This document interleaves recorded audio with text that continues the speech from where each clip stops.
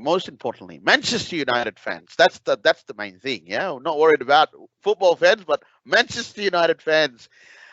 This is Joel here from the Red Devil Addicts studio. You're with Darren, Jürgen, and Alex. Tellez. Now he's known as Alex the Talisman because he does some of the most fantabulous, I would say, fantabulous Man United chants. And now, from now on, that's going to be part of our show. That is going to be part of our show. And Alex Tellez is going to lead the chant. So we're going to make sure that Alex Tellez is here. We're going to call him, even if he's working with his, and we're going to call his boss, and we're going to tell his boss, you got to leave Alex Tellez out. You got to give him breaks, more often breaks, especially when he's doing the Red Devil Addicts show. Yeah, because we need our main man. So he's going to be giving us the chance. He did a fantastic one for the United. Yeah, remember the United chant with City? Yeah. That was cool. And he's going to give us, I'll give you an inclination of it. He's done a fantastic version. He's recorded it and he'll send it to me. It's the Lisandro Martinez one. Oh, it was awesome. And the way he did it was superb. So we're going to add some energy to that. Yeah. Anyway, guys, I must say, we are going to have a special guest join us very, very soon from Old Trafford. I tell you, it could not be even better. And I tell you, this guy is absolutely brilliant. We all wish that we can all be him, buy houses right next to him, because he's literally 5 minutes away from Old Trafford. How good is that? And I'll let you in on a little secret. He's all the way up there in Manchester, but he has a very good buddy down here in Australia, and none other than Jürgen. I tell you, how small is the world, Jürgen? Trust me, how small. You guys went to school together, yeah? Yeah, I was not expecting it to be him, like it was just like it was meant to be, wasn't it? Yeah, it was meant to be, man. I tell you, it's made it even better. He's another hardcore fan like us, and I tell you, it's just to me, it is just absolutely brilliant. We also will have Mervyn join us as well. He's actually in the hospital today. He's actually working, as we all know. Mervyn most of the time joins us with his scrubs. So he's finishing up work here. He's been called to look after all the 6 patients. And I told him, look, bro, very simple. The simplest medicine to all of these patients that are sick, just tell them to be Man United fans. Right now, they will be better once we give them the news that Anthony is coming to United, and that's something that we're going to be talking about, because that's the news that we got, the inside information. Josh was telling us that it was going to be Monday, and how right was Josh? There were a lot of snippets coming out. We were talking on our chat group, and it was fantastic, and Fabrizio Romano has actually confirmed it. I think Jürgen was also catching up on a couple of news that was coming out on him, and shared out in the group. And I'll tell you what a morning it was for me this morning, and looking at all the confirmation, and everyone, Ornstein was reporting, and everyone was reporting it, and how good it was on the Instagram chat. We actually saw someone actually posted on Instagram Anthony walking through that doors of Carrington, and he was smiling.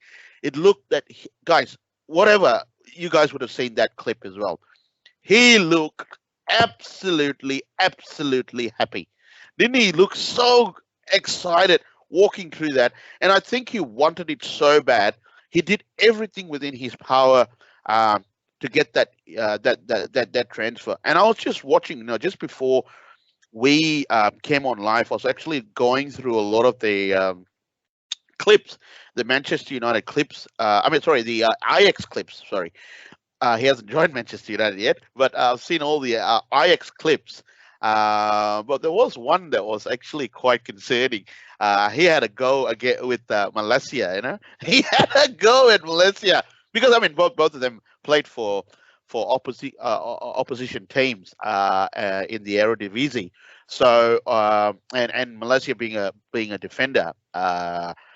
He was going to go in hard, but Anthony's got some really great skills. His ball control's fantastic. I mean, he reminds me of a typical Brazilian. And remember, guys, we were talking about a couple of weeks ago how we wish that we actually got Luis Diaz. How he's so agile on the ball. He makes the chip and turn and stuff like that.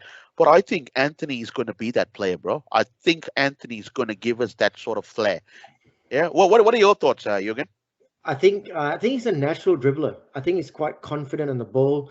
What I'm hoping is, Malaysia can really support him going forward. So add that extra coverage and give Anthony the confidence from the start to just get the ball, look up, Yep. be creative, take on players, get Yep. to the byline, put some nice crosses in. So it's really exciting. Yeah. I mean, I'm really excited because the one good thing I think we spoke about this the other day with Alex, Mervin, and we were talking about how because we were actually doing a comparison between him and Gakpo. Now one of the difference that we've identified, Jürgen, was Gakpo is a very he's a good dribbler as well, but he's a very right-footed player, very very right-footed player. The good thing about Anthony was he's two-footed, he's pretty fast, but I also noticed he played a lot on the right. So which this is going to mean he's going to be interchanging with Sancho because Sancho played for Dortmund, even though Sancho's both footed as well. Both footed as well.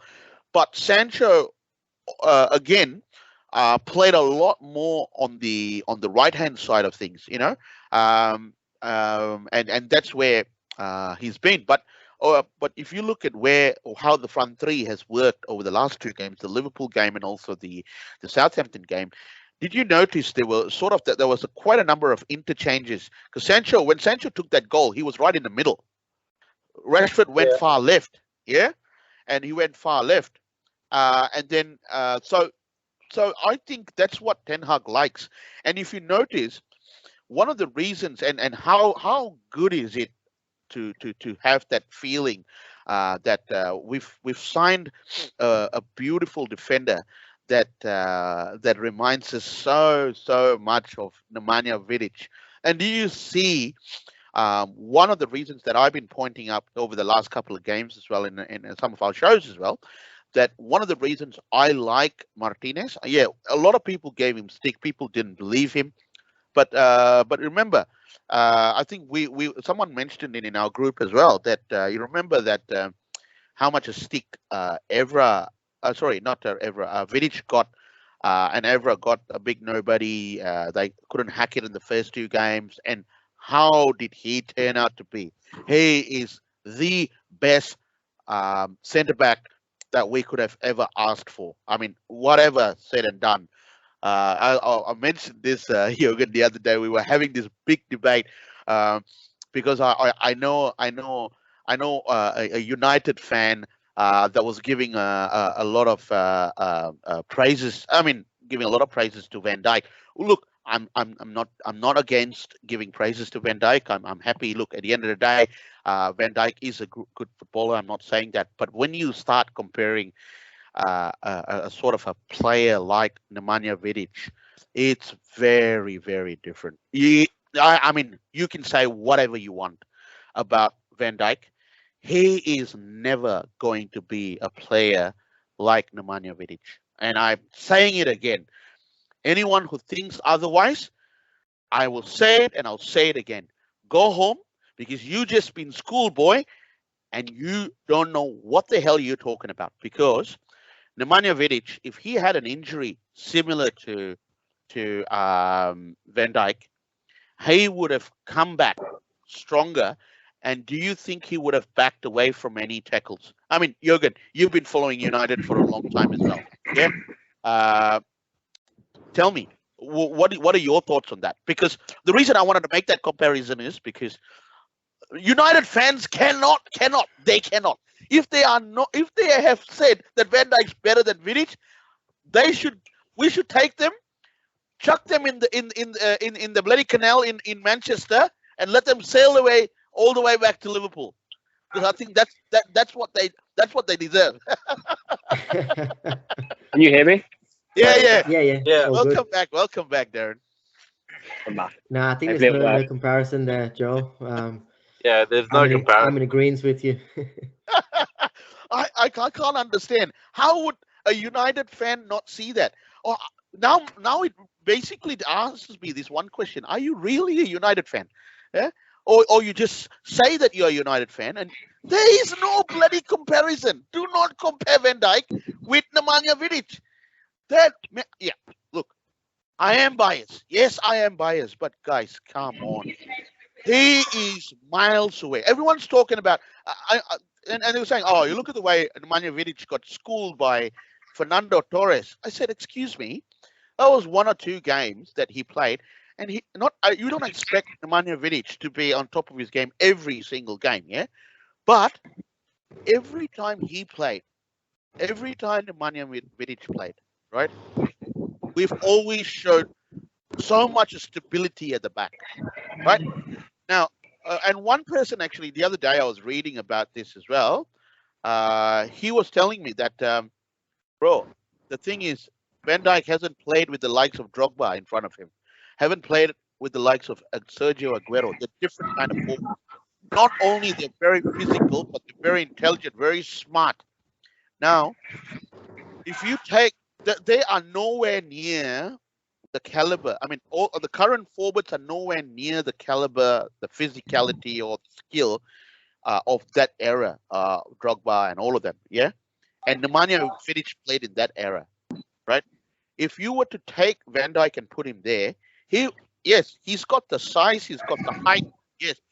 Did you notice after that injury, he's never been the same player. He doesn't go in for challenges.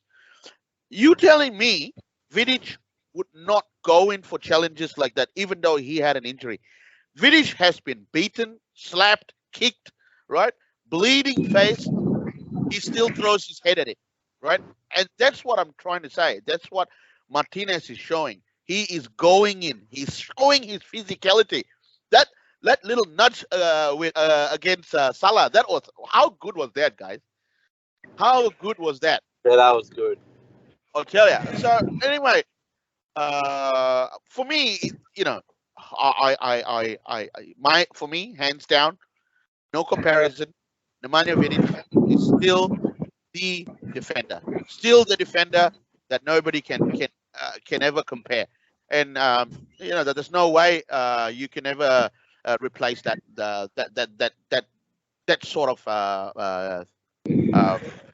brilliant defensive duties that Nemanja Vidic used to give us when he was playing for Manchester United. Anyway, guys, let's quickly get into it. I am trying to get some. Right. Okay. So we're just waiting for Sharon. He's walking over to Old Trafford now. I've not made it. I've not really made it a surprise now, innit? Darren keep telling me, "Don't give it a surprise. Give it a surprise." I said, Just ruined it. I just ruined it. I said, "Look, I'm just excited. Can you imagine seeing the Theatre of Dreams in the background and having someone there? I tell you, bro, it's just. I'll be there soon as well. Huh? I'll be there soon as well. I know. That's what I'm saying. Can you imagine both you boys there, talking to each other, going for the games, and crossing back over to the shows? I tell you, we couldn't ask for more, man. I tell you, we could not ask for more. And I tell you, it's just going to get better. I think I'm really confident about what we're doing here down in Australia. We needed to push ourselves out there. There's a lot of fans that are really as passionate as we are here, and that's why we are here to stay. We ain't going anywhere. We are not going anywhere, and we're going to keep going. We're going to keep bringing you the best stuff, and of course, we're going to have who needs the voice, man?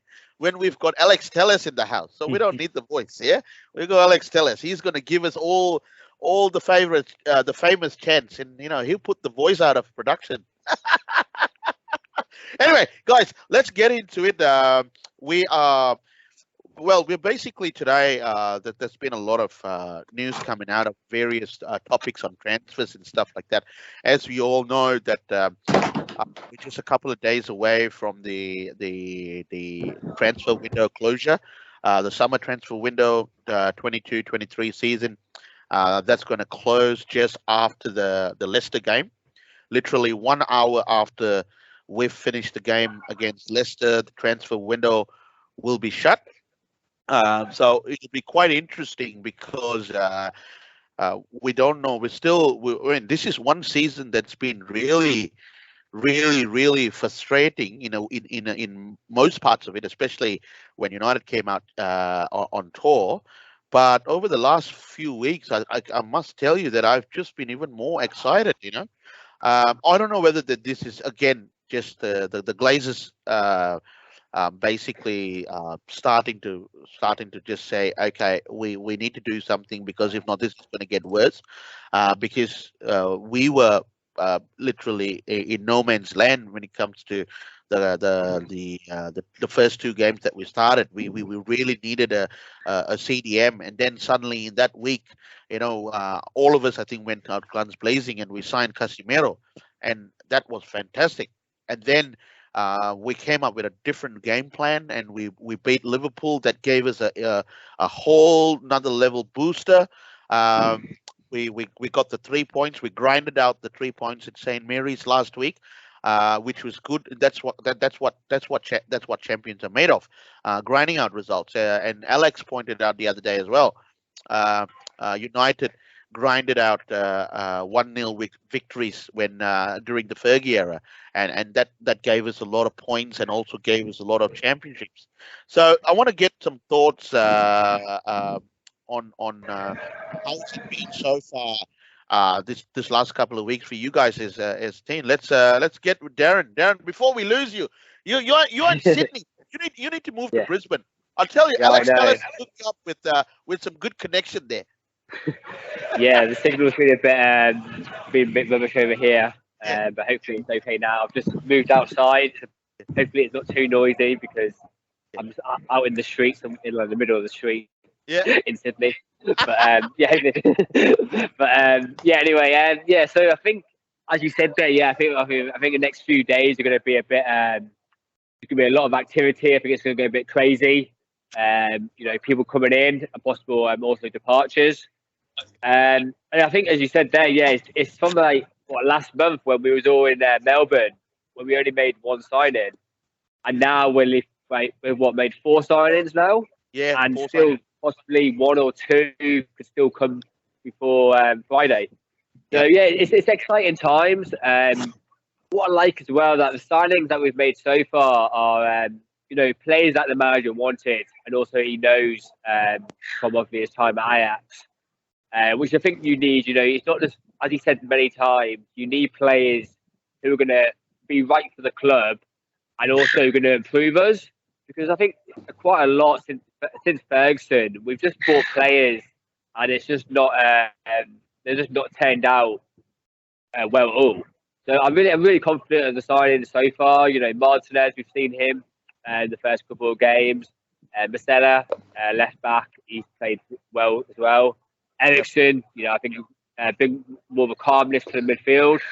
Correct. And I think Anthony, obviously, that looks like it's going to happen probably very soon. And I think that gives us more options up front, because I think we've not had that in the past. We've not really, Rashford's been not on form, Martial. And as I said last week, I think that will help them improve their game as well. You need competition in all areas. We'll see what happens over the next couple of days. What's going to happen? I think we'll definitely buy at least 1 more player, possibly even 2.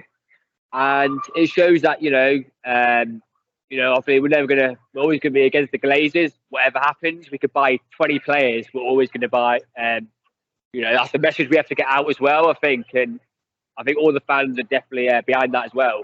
Doesn't matter how much money we spend between now and Friday. Yep. Our message is simple. We want the Glazers out, and I was just listening to before about Graham Souness and Simon Jordan on Talk Sport, and they Scouser. honestly, I don't know if you and they just talk nonsense. I listen to them like they're always on there. I listen to Talk Sport quite a lot, and them two just they need to learn something about learn what before they speak. They need to learn what they're talking about because they talk nonsense. They were saying about the manager is being backed now by the Glazers and stuff. I'm like, this is not even their money that they're putting in. Exactly. It's not even the money from the Glazers. So that just annoys me when I hear. It's all the time, especially those two are just the worst of it. Like Graham Souness has got a agenda against United. I think we know that anyway. He's always had. He's always had. Yeah. Started with Pogba. Yeah. And everyone thought it was a Pogba thing, but this just shows that it's not just a Pogba thing. Pogba thing. But anyway, But anyway, going back on together signings, so I think it looks like Albi Anthony's going to come. I still think we need a right back, so I think a right back's very important. I really don't rate Wan-Bissaka, and if Delow gets injured, we're kind of fucked in that area. Correct. Got no one else who can play there. Yeah, because Lard has gone. Hasn't Lard gone on loan, in it? Yeah. Laird's gone on loan. Yeah. And Lindelof could probably do a job there, but he's not. I'd rather have a proper right back. Right back, exactly. Yeah. So, and then I think we need a striker. We've been saying this for a while. We need someone who's going to go and get you 25, 30 goals. Yep. And we'll see what I'm doing with Ronaldo as well. Whether he'll. I think it's if Ronaldo leaves, that's fine, but we just need to make sure we replace him. Yeah. That's the most important. Yeah, that's the most important thing. So, it's going to be exciting few days. Let's see what happens. Yeah. No, but actually, that's an important factor, and I think we covered this in the last time, and I want to get Jürgen's thoughts on this. I did mention it in the last show when we were talking to Mervyn. We have not really signed an out-and-out striker. We've signed an attacking player in Anthony, and we've all seen the clips of the way Anthony plays on the flanks, and he's pretty skillful. He's two-footed. He's a typical, I would say, a typical Brazilian, and he's bringing that samba style. And with him, can you imagine him, Freddie, and Casemiro in the team? Wow. That sort of creates that sort of a Brazilian unity. That's how I feel. It creates that unification. And with Bruno, who also speaks the Portuguese language, they will start to understand each other even better. I mean, look, I'm just creating that sort of a flavor, the Brazilian sort of flavor, the samba. But going back to my point about having an out-and-out striker, now. Liverpool has not had an out-and-out striker for the last 3-4 seasons. The season that they won the Champions League, the season that they also won the league. Now, on both of those times, they didn't have an out-and-out striker. They played with the front three from an attacking perspective. Firmino, Mane, and Salah were what we call the untouchables. The untouchables, in a sense, they interchanged between themselves. They walked. Not walked, but they sort of gave each other the understanding of where they were going to be positioned, where to receive the ball, and the way they played. And I watched this when I was actually studying how United could potentially sort of line up with the acquisition of Anthony, is looking very similar to what Jurgen Klopp did with Liverpool in that 2 seasons, those 2 winning seasons. Look, even last year they were still magnificent. They, again, second season running, they've lost out to Man City by literally 1 point. They literally were in 4 finals, right? They were literally on 4 finals. I would call the league the final day of finals as well, because we all knew what happened. Of course, us as United, we were very much gunning for all of the opposition to do us a favor. Chelsea did nothing. Chelsea literally lost the two finals and gave Liverpool 2 trophies, which is really disappointing. But the fact was, that front three still gave a lot of teams. They ripped a lot of teams apart. They've scored so many goals, but that was no out-and-out striker. They brought in Luis Diaz in midsummer, during the summer, the winter transfer window. They brought, of course, the season I think in the summer they signed Jota, which was an amazing signing. And this season, actually, this is the first season they've actually gone out there and bought a striker. Now, before I get down into that factor, I want to get Jürgen's thoughts on this. Jürgen. The out-and-out striker. I think you're right, Joel. Like, they didn't have an out-and-out striker, but they managed to successfully somewhat overload the defense of their opponents by, through Firmino, Mane, and Salah. So they get the ball and move up pretty quickly. And that's what we can try to achieve as well with our signings. We're very quick. We've got very quick players like in Rashford, Sancho, now Anthony. We've got Elanga as well. And, we don't have the out-and-out striker in terms of goals. Yeah. But if we turn the ball over and go forward pretty quickly, there's no reason why Sancho, Rashford can still put away, 10 or 12 goals each a season, which will still work for us, given that they keep on going the way they're going. Yep. Actually, it's a good point. But see, this is where I mean, for the last going back to, I'm just using the Liverpool as a yardstick, yeah, because I mean, we always look at what was successful and stuff like that. I mean, City is on a different level. They after Aguero left, they don't have an out-and-out striker. They never.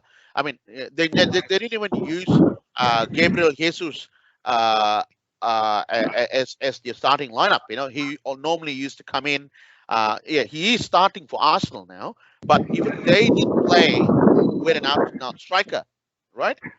But what changed that this season was when Man City announced that they were getting Erling Haaland.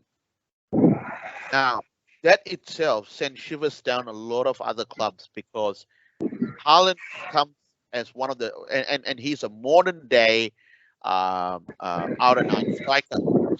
Now, Liverpool acted. This is where I was a little bit disappointed with the way what United did, was which we should have, and we should have done it. I mean, we could have, we should have, but look, that's already in the past. We can't do anything about it. Ten Hag wanted Darwin Núñez. Pointing, this was even before they came out on tour. It was towards the tail end of last season. We have been chasing Darwin Núñez. We wanted him, and I was reading the article by, was it very honest opinion on what actually happened with the Darwin Núñez and how it actually slipped away from United's hands. Was basically it took 2 hours to convince the board of Liverpool, and they were willing to pay that whatever money it was just to beat United to signing Darwin Núñez. Now they went for him. I think one of the factors was because they knew they were going to lose Sadio Mane, right? And to fill that, Sadio, they had to go and make a statement signing. But they've already got Luis Diaz in there. They've already got Diego Jota, who would have been a perfect replacement for Mane.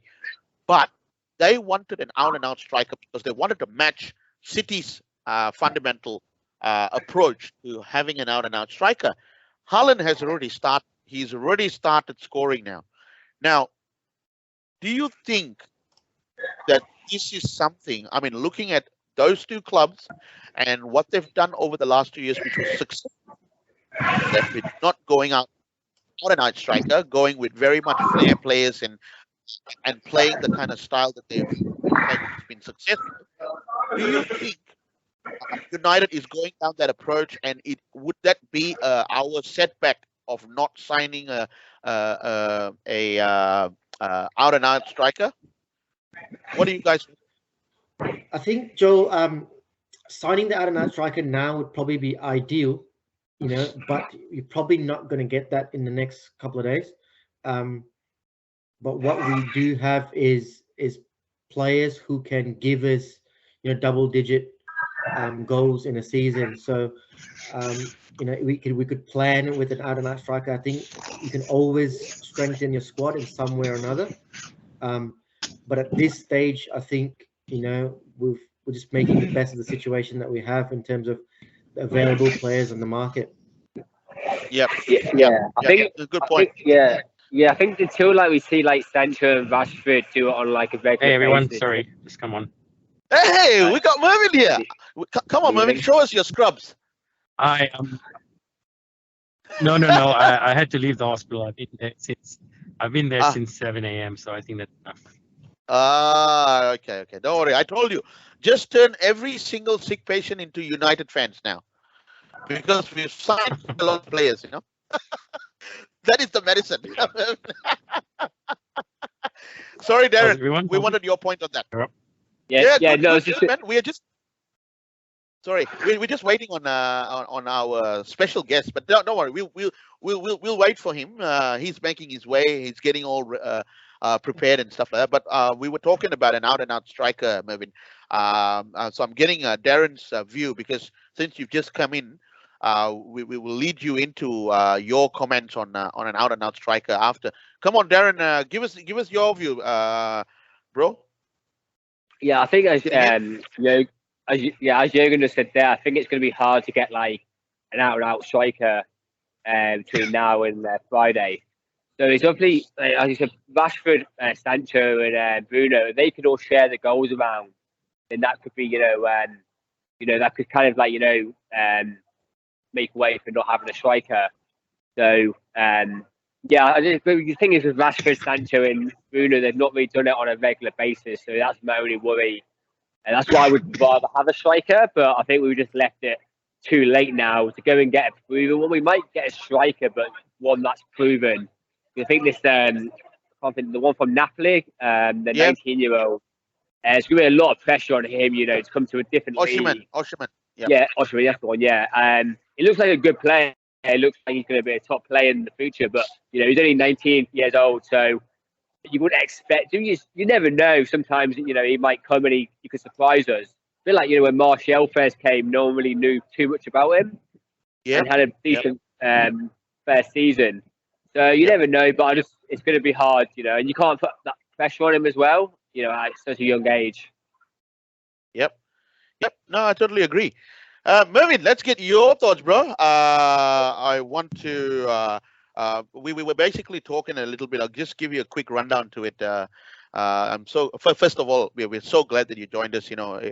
What is the show without our doctor? Sorry. No. We understand. I can see. I'll tell you. I've just got a picture posted on our group, guys.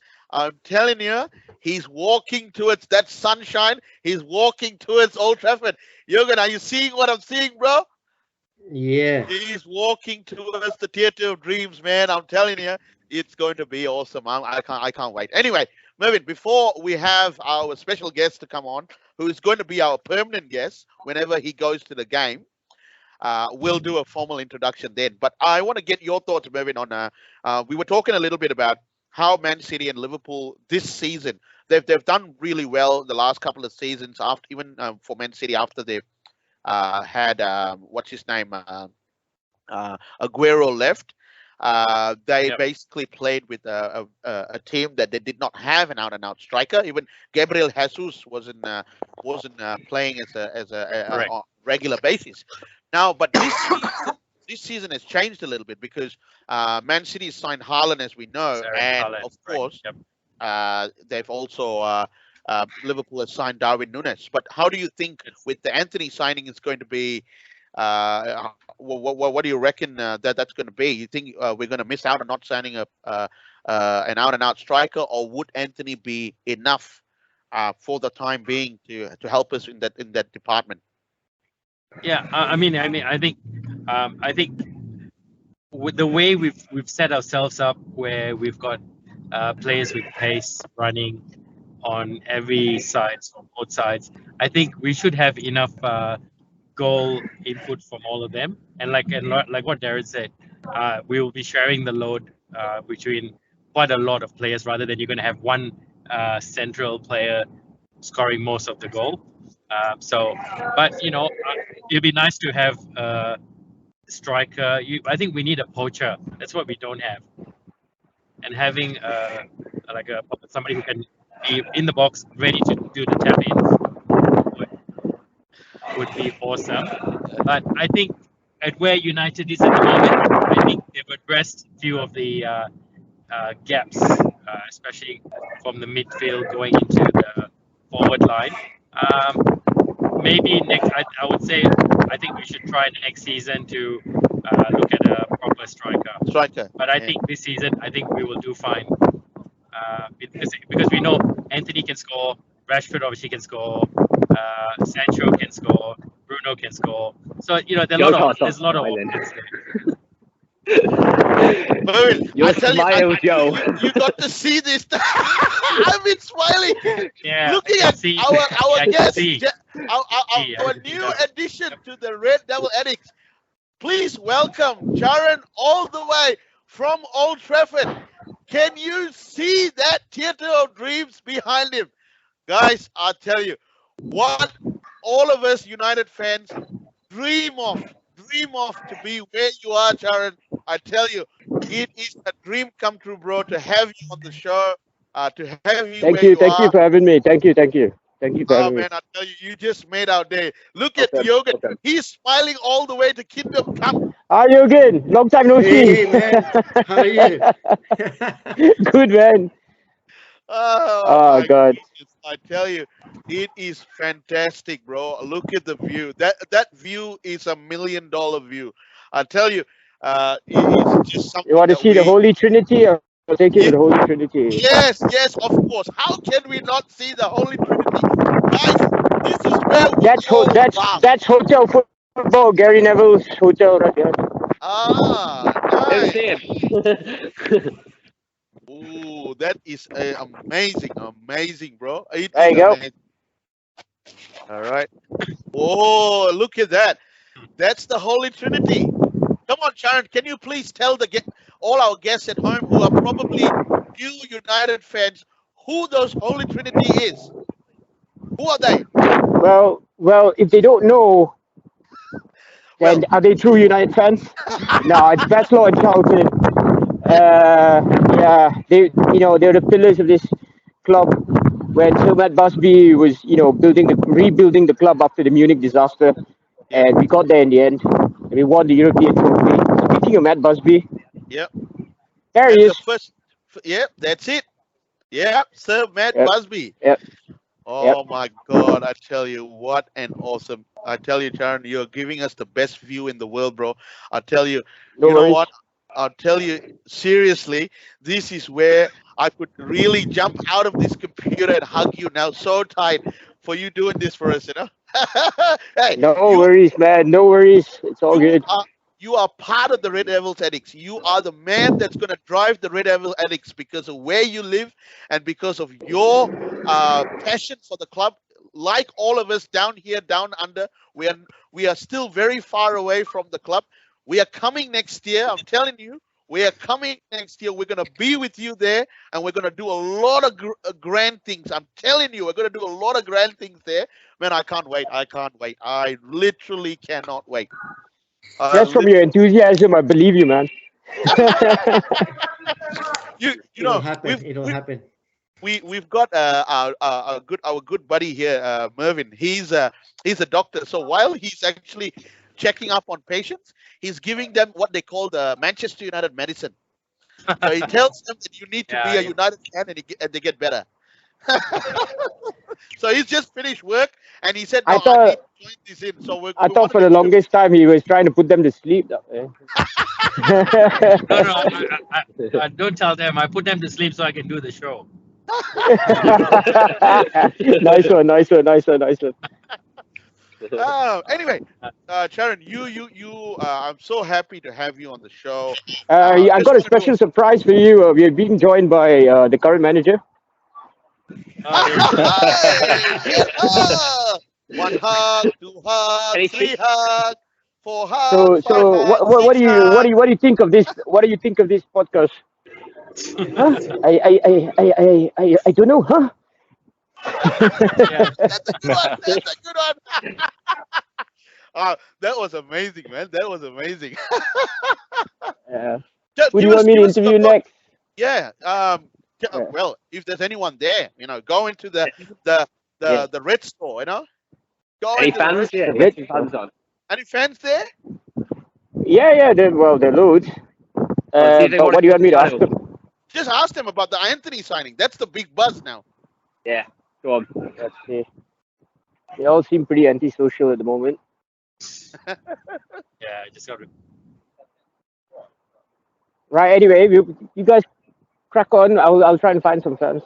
Yeah, no problem. John, but before you find any fans, we want to get your view. You're the closest there. Did you pop into Carrington to see Anthony's welcoming, walking through those front doors? As somebody posted on Instagram, that was amazing. Yeah. I'm the one who posted it on Instagram. Yeah, by the way. you're the one who posted.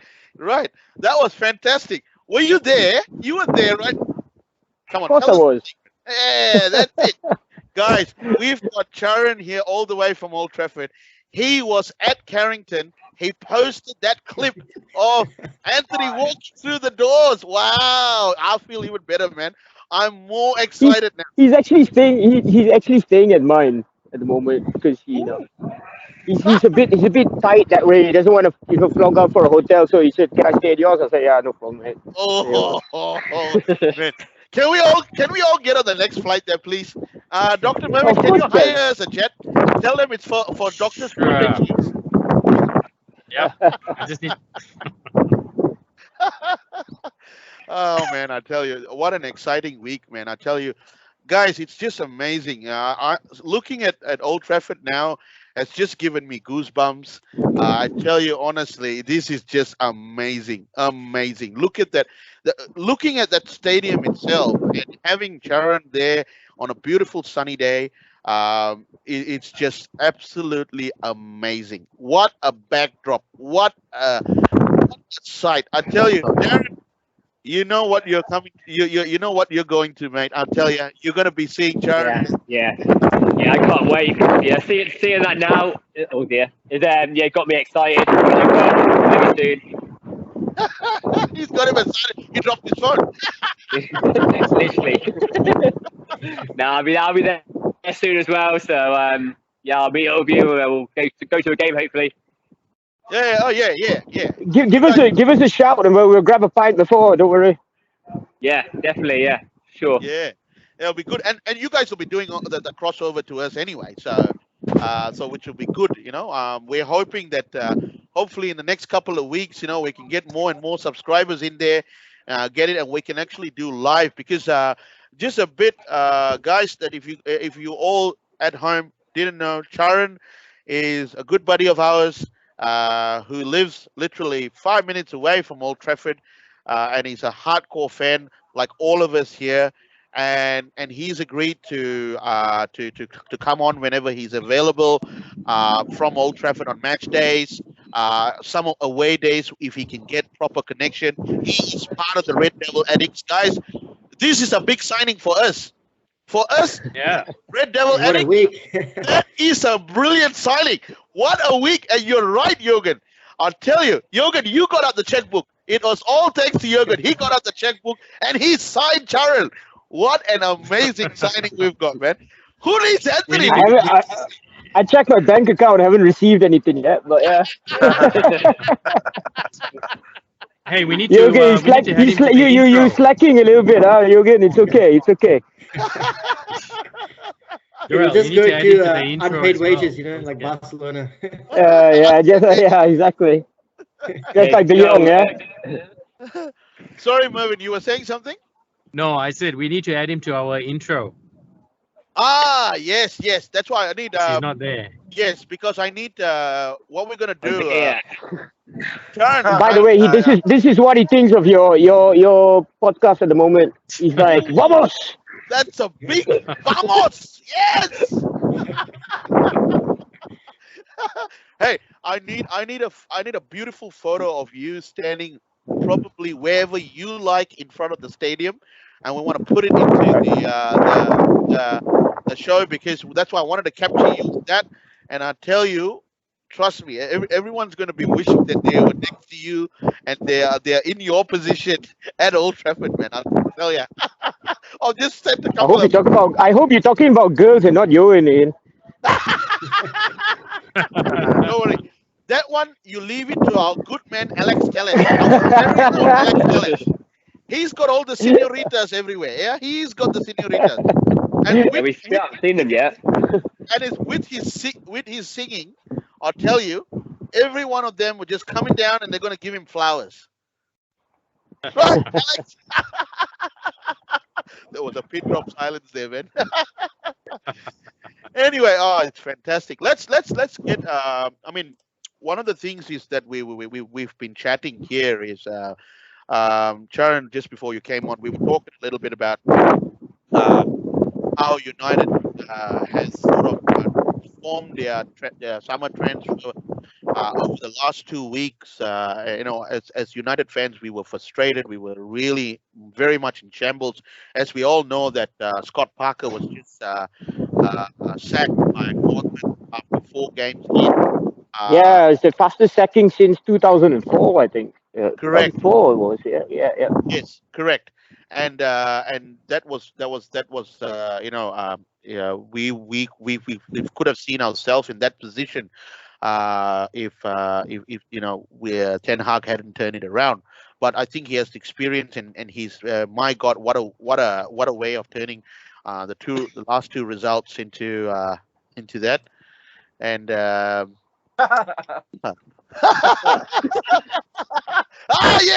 yes, show it closer, man. Show it closer. We want to see it. Yeah, show the middle finger. Yep. Clearly, the ground stuff, on it. It's been a week. Yeah, and it's still there. Yeah? It's okay. still there. Bro, you know what? Just chuck. What can we? What else can we chuck? Can we have dog poo? If there's any dog poo there, Nah, it's still our ground. It's still our ground at the end of the day, so we don't. No, chuck just dog on poo. the logo. Just on the logo. And then we'll post it down. yeah, we will do. Right. We'll keep talking. I'll give you guys a small tour of the ground while you guys talk. Yeah. Yeah, that'll be perfect. I'm going to go into the Munich tunnel, so it might be a bit dark, but don't worry. I think I'm fair enough. I can handle it. That's good. Don't worry. We have all been in the dark over the last couple of weeks. Only 2 weeks ago, we started coming out of the light. You see, we're not wearing. We try to light up every time our show we go on now, because we're seeing some light at the end of the tunnel with the signings that we. Yeah, you see that? That's the light at the end of the tunnel. Ah, yes. Yeah. Oh my God, brilliant, man, brilliant. That. But guys, I think we talking about at the end of the tunnel. I think I hope that this all the signings we've done so far doesn't give the Glazers a pass. That we still want them out, and hopefully they can still maintain that momentum. Oh no, definitely. Like, yeah, I'll tell you the stance from the fans over here. They're still not pleased. I mean, you guys have probably seen it on TV, seen it on the socials and everything like that. And the fans are not happy. You can sign anybody; it's not going to change anything. And you see the flags at the away games. You see the banners at the away games and the home games as well. They still feel the same. But what's happened over the last, because the news that or the four, I mean, of course, you see, this is exactly what we were talking about a week and a half ago. We were talking about how the Glazers are going to divert the attention, because as you can correctly see, the last 2 weeks is all about the Casemiro signing, all about how Ten Hag's come out and won that first game against Liverpool, getting them out, at least getting some points on the board, which was fantastic. What a win! The best win ever, because we got it into those pools, and then going to St. Mary's and getting that all important 3 points. We've got 6 points on the board now, which is good. We're slowly coming out of it. But I think one of the things that we were talking about is this is how they divert the attention, because now that Sir Jim Ratcliffe news has sort of died down a little bit. Can you tell us a little bit about what you're hearing from Manchester? And the thing is, it pains me to say this, but they, as much as everybody else wants them to sell, they are not going to sell, because at the end of the day, it's a cash cow for them. So why would you sell your cash cow? They get money because of us lot. They get so much money, and every signing and everything that United have spent money on has been United's money, not theirs. Let's get this straight here. It's not been the Glazer money. Everybody invests in a club, like the American owners at Chelsea, obviously Roman Abramovich before that, and the Newcastle owners. I know they're a bit dodgy with the whole Saudi thing, but they are investing in the club. They are giving their own money they're pumping their own money into the club. The Glazers never did. Yep. But you see, we brought up the very same fundamental. You remember, I think it was in 2010. We had this conversation as well. Jürgen gave us quite a bit of insights into into that particular factor, which what happened to Liverpool with Gillette and Hicks. Gillette and Hicks. Yeah, when they were owners of the club. I think Liverpool fans had enough. They actually went all the way and forced the Royal Bank of Scotland, to force them to actually sell the club, and that's when the Fenway Group came in and took on. And look, it's changed a lot in the way they've sort of running their business from top to bottom. They've got the right people, the right department. The scouting has been pretty good. Of course, I mean, Jurgen Klopp, whatever. I mean, it's really painful enough to say it. The fact is, he's done an amazing job. They've got the right scouts in place. They've got the right negotiators in place. They've structured it pretty, I would say, pretty decent. I mean, look, as I always said, the proof of the pudding is in the eating, and that's exactly what's happened. But you see, the thing is, the fans took a stand to say enough is enough. We need to drive them out. But for some reason, the Glazers have not been. I know. Over the last couple of weeks, there were a lot of stories that were coming out about how they were concerned.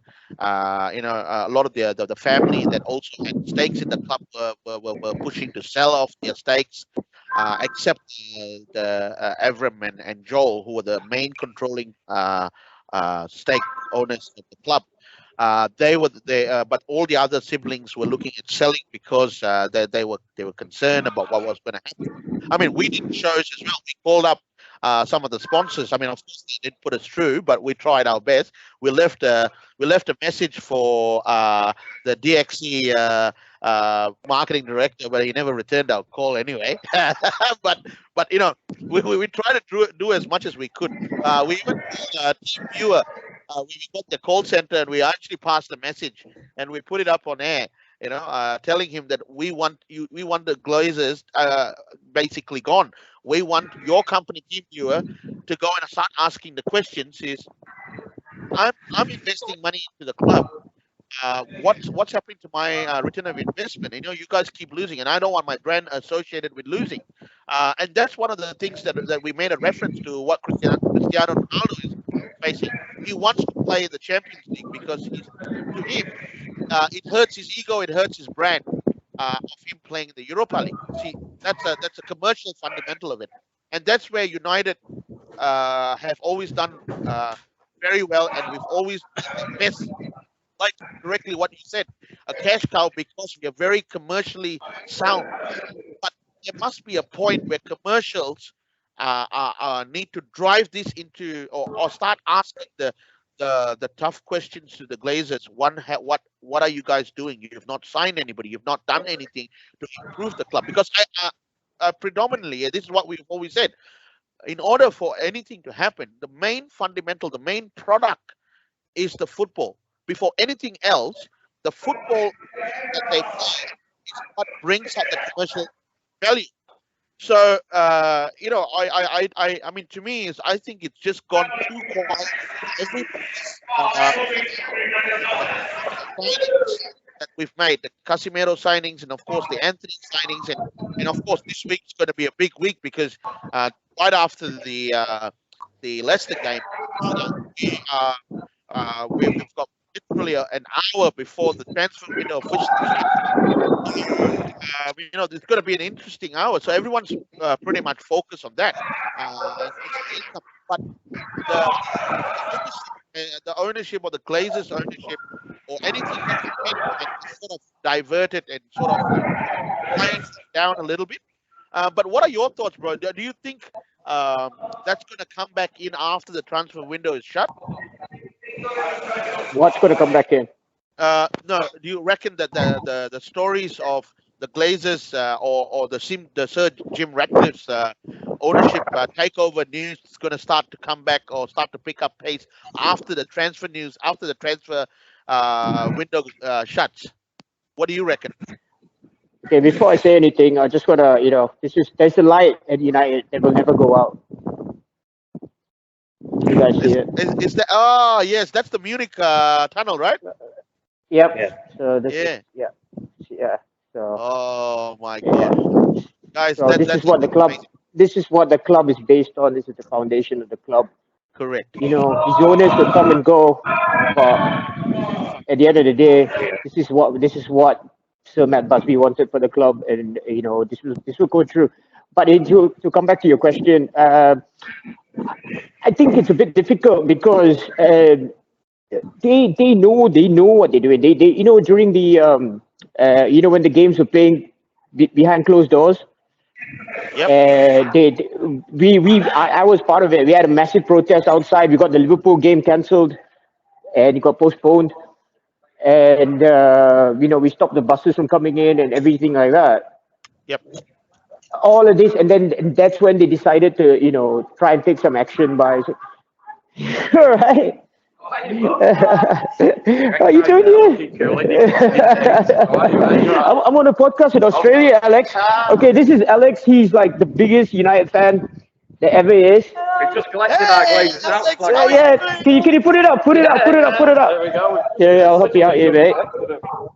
There we go. Oh, that is amazing.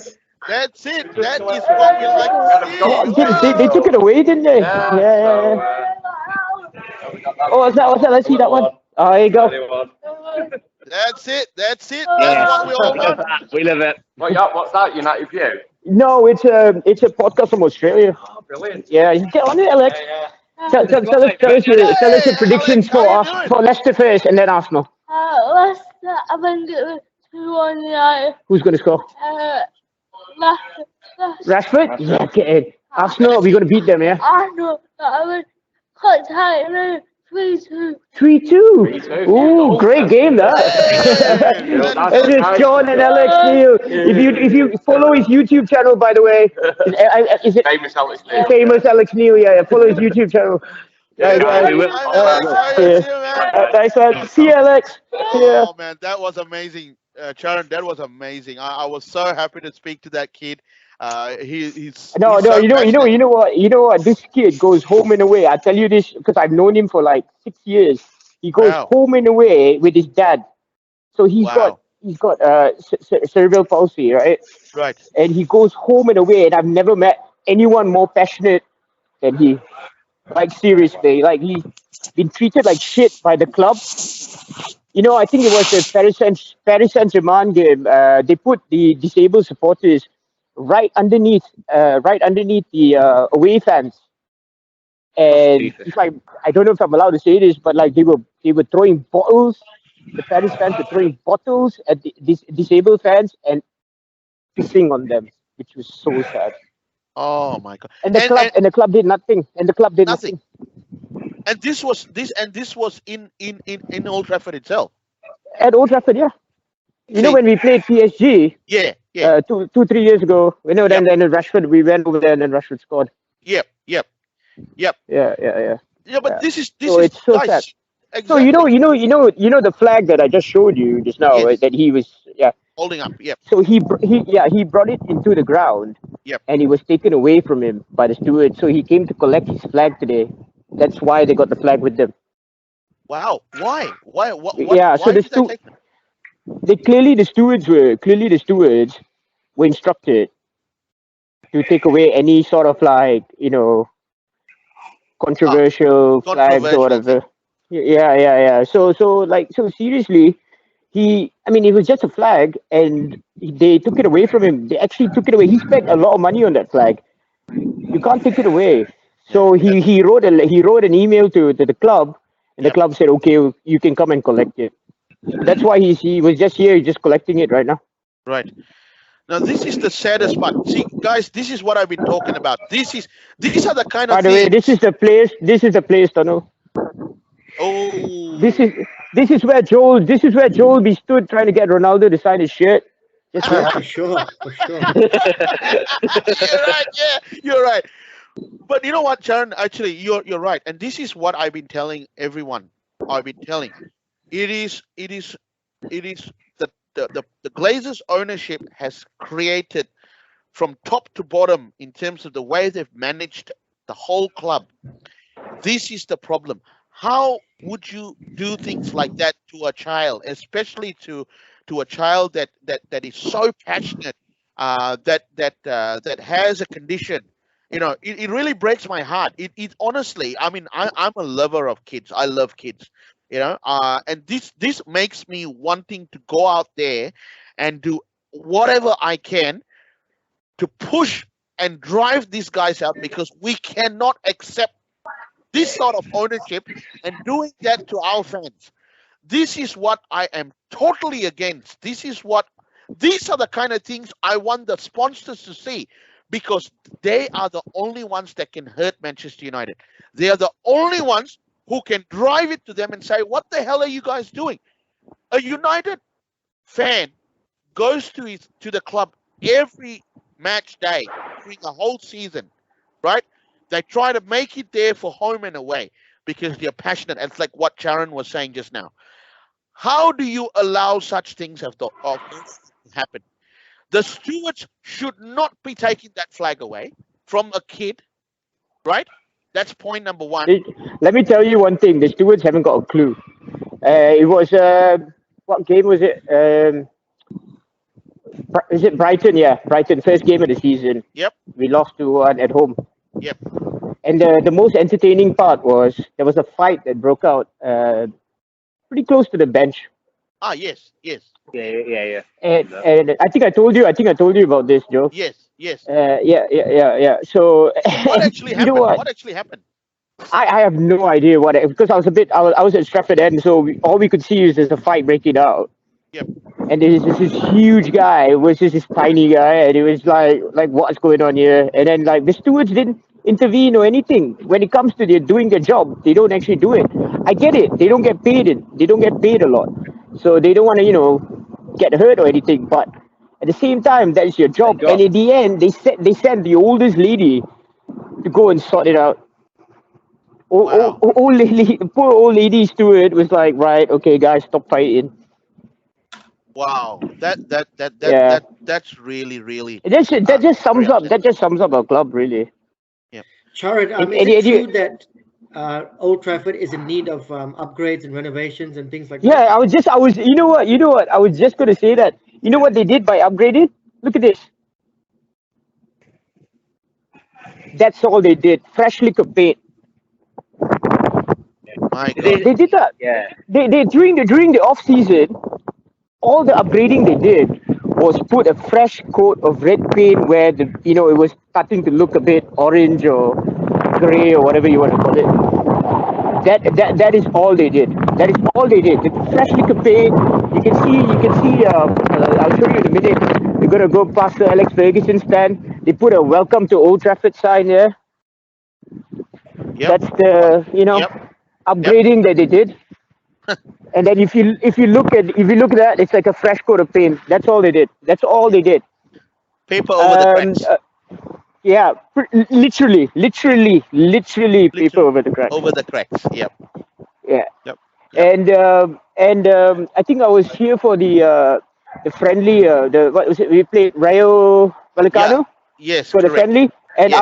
I was sat at the third tier, and it's been a while since I sat at the third tier of the Trafford end, and I was looking at the roof. I mean, a lot of you have been to Malaysia, right? So there are mama shops with better roofs than that. Like, it's so bad. It is really, really bad. Like, stalls have better, street stalls in Malaysia have better roofs than that. Oh. It's embarrassing, really. Oh. There's fungus everywhere, and it looks like anytime if it rains a bit or it hails, it's going to collapse.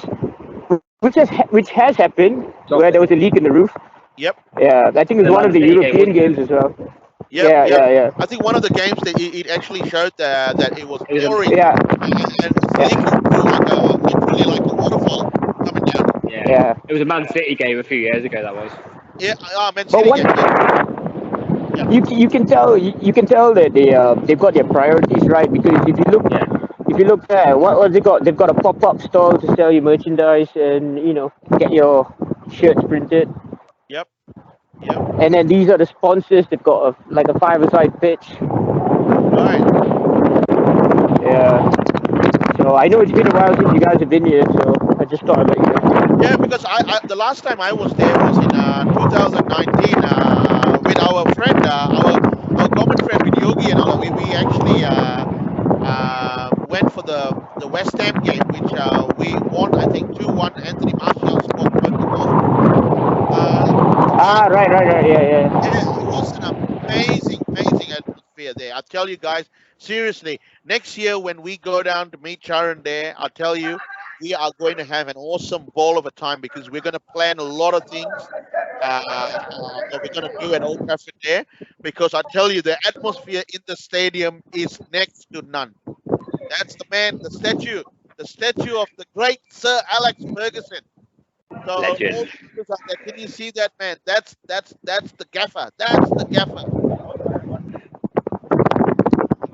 Oh man, I tell you, Sharon, hearing all of those news that you just told us about the current situation of the club and stuff like that, makes me want to really drive this. And, hopefully, we can all pull together some money. We'll talk to Jürgen, to try and get some investments in our way and buy the bloody club over, and we'll run it.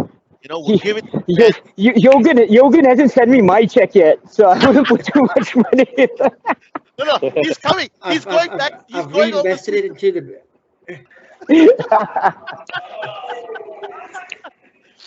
Oh my God. But Jürgen, Sharon, you got to tell. Mervin has been telling me, if he got a job to be one of the doctors in Old Trafford, he's leaving everything. He's on the next flight there now. I would do the same, to be honest. He wants to. He said, "I'm not even talking. I'll just sell everything. I'm on the next flight. I'll just pack. I don't even take my bags. I'm just getting on the flight and I'm going to Old Trafford now." That's what Mervin told me. I didn't even get a job at Old Trafford, and I still packed my bags and left and came here. Oh my God, I tell you. Yeah. But I tell you, it's fantastic, man. I look at the view, and looking at you walking around, giving us a tour. I tell you, I would say this is the best show that we've done over the last couple of weeks that we started after the when United did the tour in Melbourne here. All of us came together. We became good friends, and we decided that this is the time that for us to start. I've been always wanting to do it, but I wanted to, and I think this gave me the motivation to do it, and I want to take it all the way. And this is something that I'm passionate about. Anything else comes second. This is my passion. United has been my passion. I'll tell you honestly, for me, if I could marry Manchester United today, I would do it. That's it. No questions asked. I'm saying it. I don't care if anyone else heard that. But if you ask me to marry Manchester United today, I would. Should I get you a hot dog? Did your wife hear that, Joe? Well, I'll tell you, Darren. She'll tell you I've already known that from the first time I met you. You know, looking at that stadium, man, I tell you, it's giving me goosebumps. It's giving me so much of, I just really wish that, we can all get on a plane straight away tomorrow morning and fly into Old Trafford and get ready for the Arsenal game. Because I think we're playing Arsenal at home, yeah? Yeah. I was going to ask, are you going to the Arsenal game? Sunday. Are you going? Who, me? Yeah. Yeah.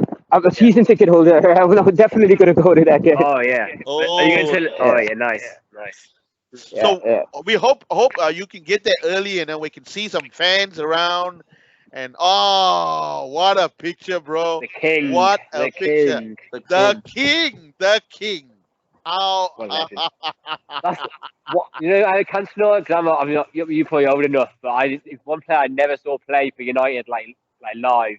He's the one player I would have loved to see live. Oh yeah. He literally is my favorite player of all time, and I never got to see him play live. I've seen so many videos of him, but just never saw him on TV or at the stadium. And it's one player. I've seen this guy though. Bex, yeah. I saw Bex. That was one of my campaigns in Malaysia when United came in 95. They came. They came in 95, didn't they? Yeah, they came 95. They came in 95. Yeah. I was a kid at that time. I wasn't working, but when I was joined the man. media, so when I joined the media, 2001 was my first Manchester United campaign that I did from a marketing perspective, and they launched the Red Cafe. Oh, that's the one. Yes, that's the one with Veron and correct and Ruud van Nistelrooy's first game, and then Bartes opened up the Red Cafe. Exactly. We had Martin Edwards there. Martin Edwards. I think Peter Kenyon came as well. It was fantastic. We don't talk about him.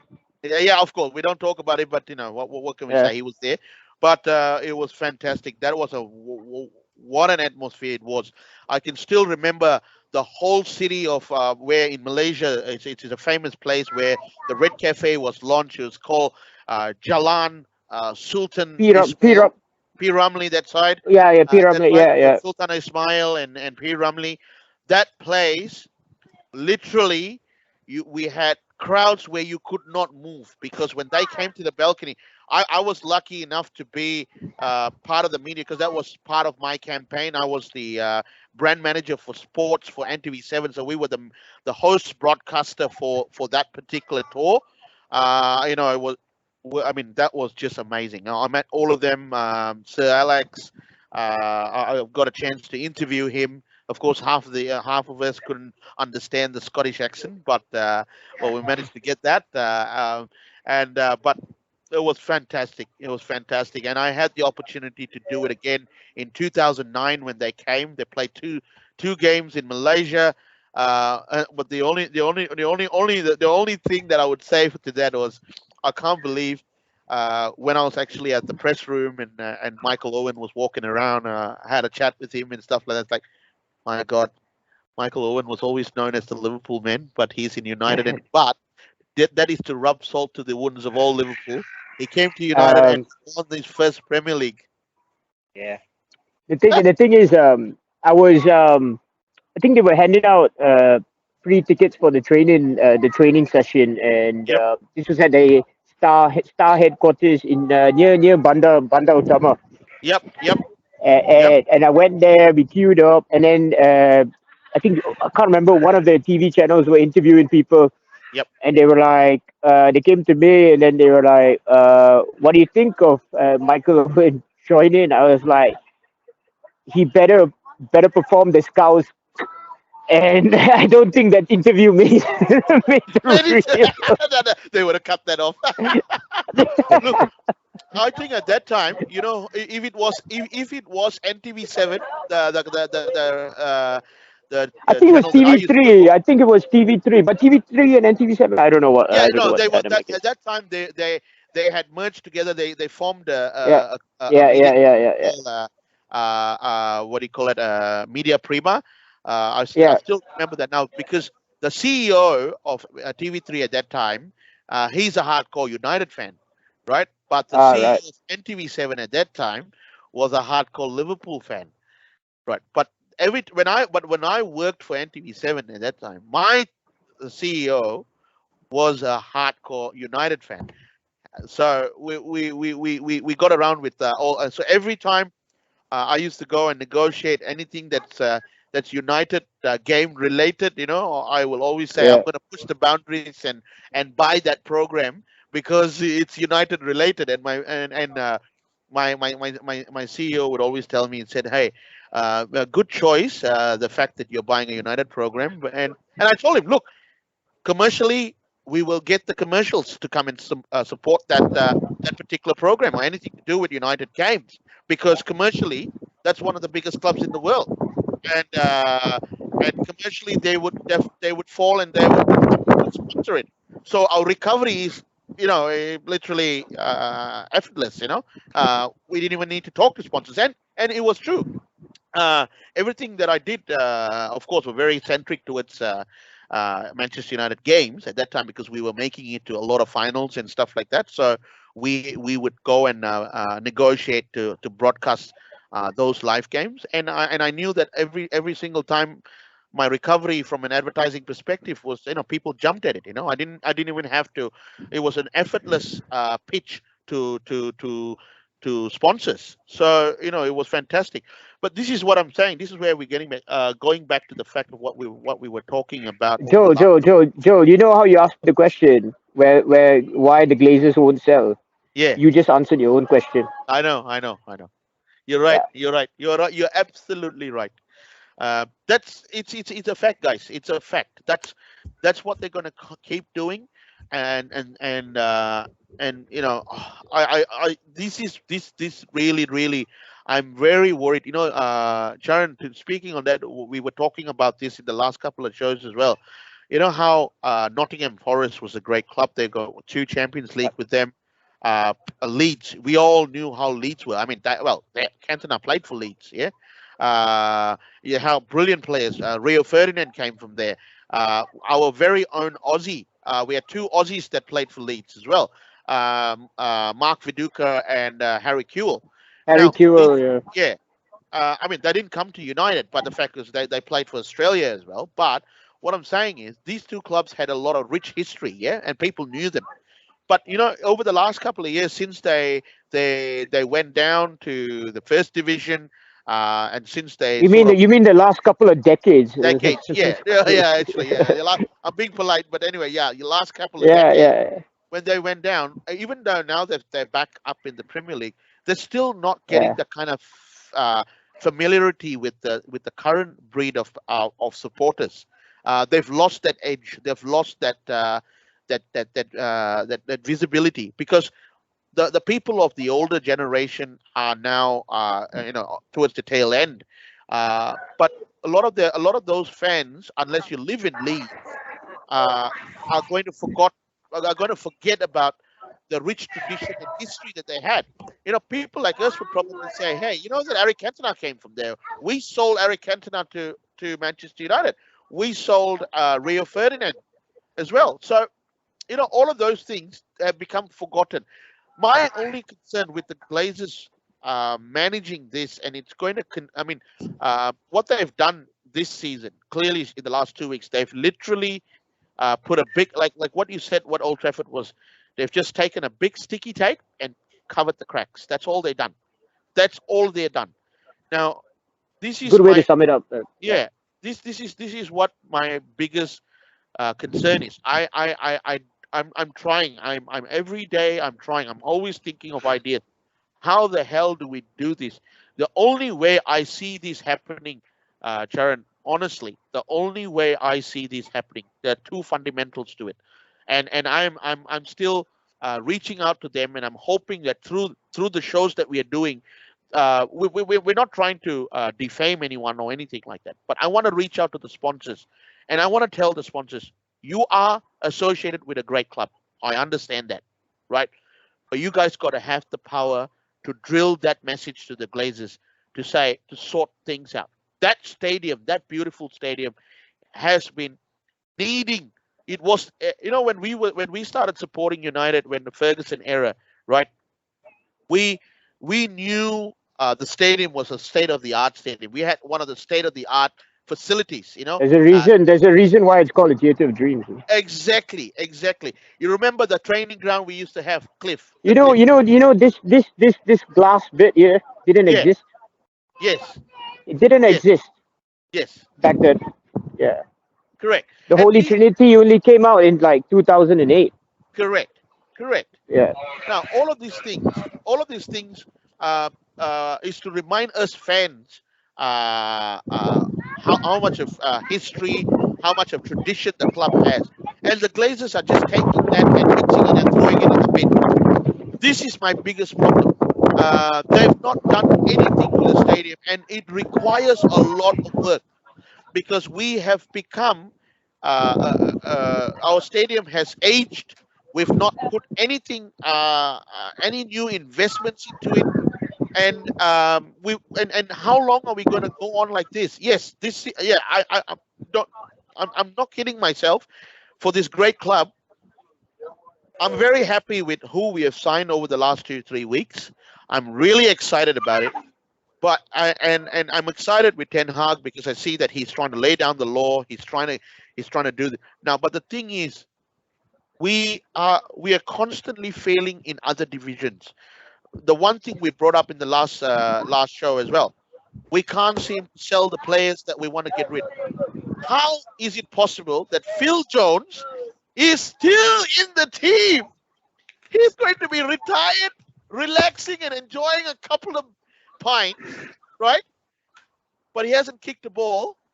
He got offered a testimonial and he turned it down. Oh, because really? he said no one other than my mom and dad are going to show up. Yeah. Right. It's a true story. It's a true story, by the way. He said it. He said it himself. Yeah. Well, he's Just not to interrupt you, Joe. Before I carry on, yes. this was one of the highlights of my stay in Manchester. By the way, it was very emotional. I was in Stockholm. It was my 22nd of May. Was my birthday. I shared with Georgie Best, and I was out with my wife, and we were having a meal, and the Manchester bombing happened at Manchester Arena. Oh, yeah. That night. Yeah, that was So that we night, saw kids. It was the Ariana Grande concert, and we were out and we had no idea, and we just saw the stream of kids and everybody just rushing out, and it was just such an emotional time for Manchester at the time, and for the world really. Yep. And then the next day I flew out to Stockholm. And finals. Yeah, and then for the finals, and then we watched, and I've never seen so many. You see these big ass guys with tattoos and muscles everywhere. That was emotional, just crying because it was such an emotional time. And then we won it, for Manchester. Even City put out a post. City United. Yep, I remember that. Yep. Yeah. So it's just such an amazing time. I mean, not amazing that way, but it was just emotional. Emotional, yeah, of course. I mean, Yeah. I shed a couple of tears on that as well. I was, I mean, whatever said and done, that shouldn't have happened. We all anywhere. It shouldn't happen anywhere. Anywhere, exactly. Anywhere. Yeah, you're right, and So and it wasn't a very emotional final. And actually, I wasn't sure. Was Ten Hag the coach for Ajax that year? That we lost? No, it wasn't him, right? No, it was 2017, so it wasn't him. No. Yeah, it wasn't him. That's what I thought. He was still with. Wasn't he still with Bayern at that time? Yeah, he was the assistant. I think he was the assistant in Bayern. I mean, I might be wrong. I don't know. Yeah, but I yeah, don't think he was the manager. yeah, correct. I don't think he was the manager. Well, I could be wrong. I mean that's a very interesting fact to actually find out. But the class Class of of '92, 92. class of '92. Red. But is that Martin That's Edwards? what Yeah, we need. Yeah. No, that's Eric Harrison. Eric Harrison. Eric Har- He Eric looks. Harrison is so He looks a Eric little bit bad. Harrison. He brought out all the youth. He was the youth team manager for he brought all the youth like in. He's an unsung hero, isn't he? Really. He don't get Yeah, too yeah. He doesn't get the plaudits that the rest Yeah, of yeah, them do. He brought those But players through. but yeah, Sir Alex trusted him, and it's not just those players. Yep. He brought in loads of players that have gone on and maybe not been successful at United, but yep. in the Yep. Premier League. Yeah. And Yeah. You might remember there's one bitter guy called Robbie Savage. Hey, but Charlie Savage is doing pretty well. Yeah. We The thing is, I've never seen someone get so much. So talking about Stockholm, we were on a flight. It was I don't know, it was a cheap flight. I can't remember what airlines to Stockholm, and Robbie Savage was on that flight, and the amount of shit he got by the fans. I can No, imagine. but you see, but when you just look at levels, it's like Rio Ferdinand, private jet to Stockholm. Yep. I think Owen Hargreaves, private jet to Stockholm by BT Sport. Yep. Robbie Savage, with us. Well, the fact is we can't slag the dad too much because the son is playing for United now, and No, now if you notice, I mean, obviously you guys don't get BT Sport, but Yeah. if you go on the socials and the YouTube channels, you can see now he's being a bit nicer to United because he was for the longest time because he didn't make it at United. He was so Yeah. bitter. he was very bitter about it. Yeah, and I think Yeah. wasn't it Carriston is the one that found him and sort of nurtured him for the long period of time, innit, when he was there. Who? Eric Harrison. Yes, Yeah, he was part of the class of '92. class of '92, exactly. Yeah. Yeah, Yeah. and So this is the road where for those who haven't been yet and want to come down. I mean, I know Joel, I know you guys have seen this stretch. yes, So yes. this is what we used to say was walking down the Warwick Road to see United's ace, still Matt Busby's aces. Yeah. So yeah. So yeah. I Just letting tell you, guys know. Jared, So on match day, this whole stretch, it's like the causeway from Singapore to Malaysia, Just jump. Okay, so this is must. Oh yeah, You guys see? I remember that. Yep, I remember. Yeah, that. so lovely guys that work there. Ian and Darren, they work there. Yeah. Yep. Oh, fantastic. Does the Fred Fish and Chips still there? Was it the red Fred Fred? Fish and There was a fish and chips. You mean Lou McCurry's fish and chips? Lou McCurry's, yeah. Lou McCarthy, yeah. Lou McCurry's fish and Yeah. chips. That's still there, yeah. I'm getting there, guys. Don't worry. Oh, okay. Sharon, if any of those houses come on the market, please let us know. Well, to be fair, there was a for sale sign. Hey guys, was a let's for get sale out of sign, here. to be fair. Come on. Let's go. We'll tell you. Yo, trust me. Okay, so I'm going to show you this, yeah? Yeah. So this house, number 8, you can see, I don't know. Yeah? Yep. So it's owned by Must. Okay? Oh, So right. it's owned by the Manchester United Supporters Trust. Yep. And it's on Airbnb. So if you want to come down on a match day and you don't want to pay stupid prices for a hotel, Yep. stay there. So it's 4 bunk beds, Yep. very nice toilet, no frills. That's Like, okay. it's not a hotel. Yep. But yeah, and then it's just obviously just there for the ground. So yeah, so definitely hit them up. I think it's Ian and Darren, if I'm not mistaken. Just give them a shout on Airbnb, and yeah, I've We'll stayed get there Darren to before. lock it out. I've stayed there before, and it's it's exactly what you need Yep. on a match day. Oh I think yeah, I'll man. definitely will be doing that, yeah. I'll be keen Yep. for that. Darren, you Joel, you, this you, one, you, you've been. Joel, this one's for you. Joel, this one's for you, because I don't know if you can see. Can you tell me what? Can you tell me what stadium that is? Let me see. I can't see it properly. I know it might be a bit. Can you see the players lining up? Yeah. Can you see Oh, a it's the- blue shirt, number Looks like 10, Stamford right Bridge. there? Ah, Nope. Stamford Bridge, is it? Is Stamford Bridge? No, I don't know. I don't know what you guys can see. To be fair, I'm just pointing aimlessly. The one at the corner. Ah, shit. No, it's real. It's not really clear. It's Bukit Jalil. Really?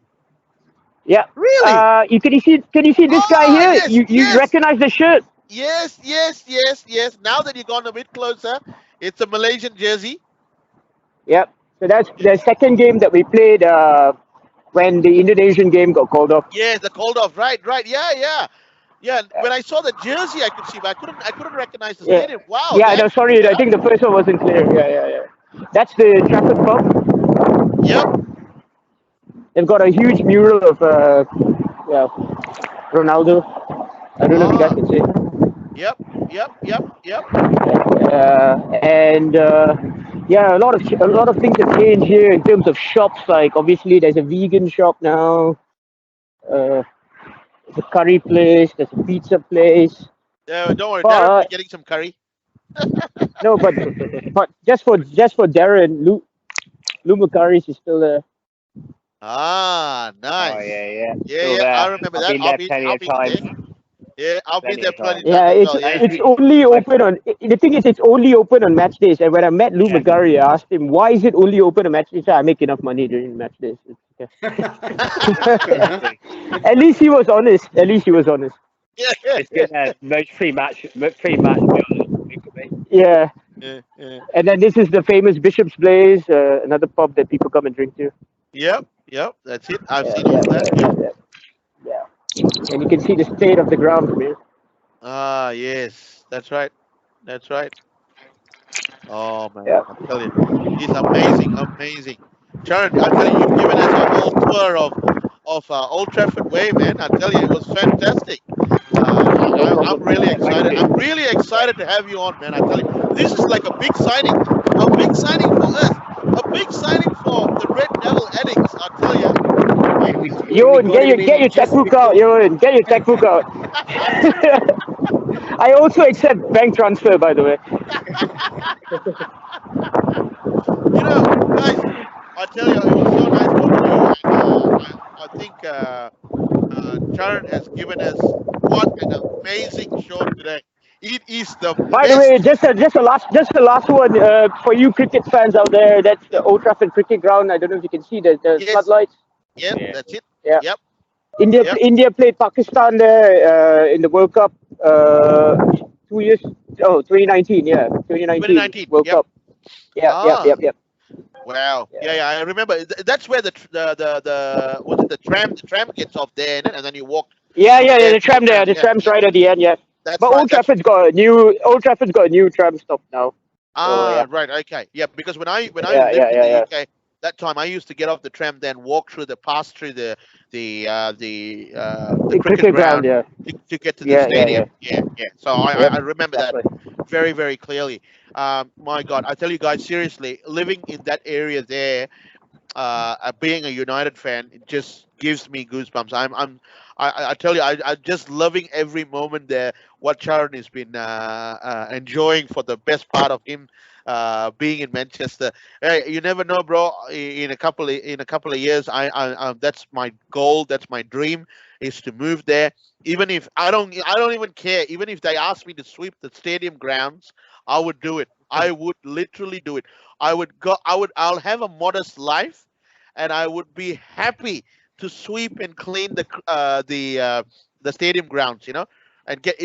I don't care if they pay me. If you know United fans, you wouldn't be happy doing that job. The amount of stuff you'd find. Actually, that would be a podcast by itself. The stuff that you found in this. Yo. Yeah, exactly. We were getting paid by them, so it'd be like by the YouTube.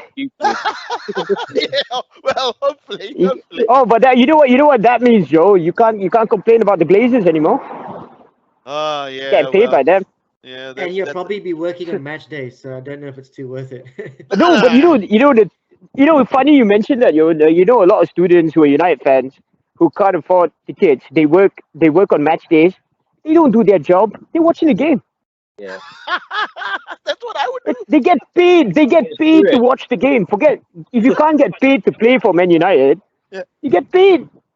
Paid to watch the game. Whoa. Oh my God! That I tell you guys, that is my goal. That is my dream. Actually, that's my dream. I've always had dreams, but my dream was if I can't get in there being someone important, but at least starting at the ground level to show my passion and how much passion I have for the club.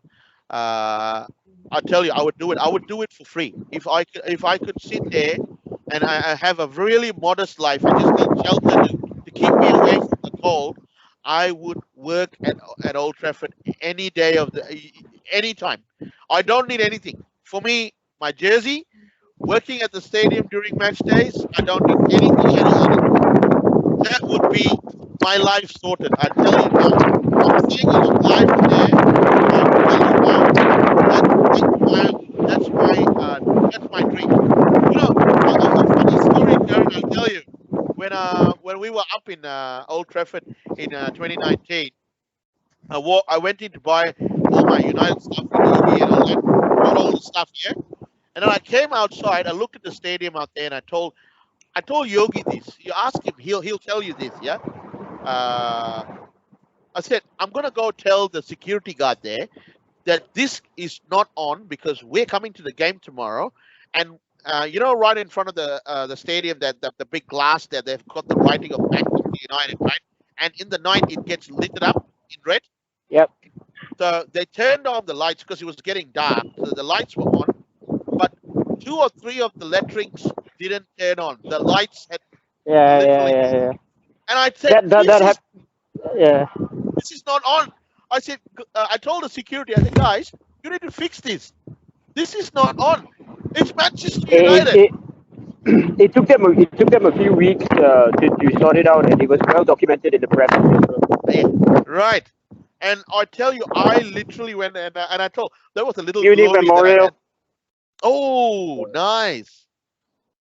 Yeah, so on the 6th of February every year, we gather here and we do what we do.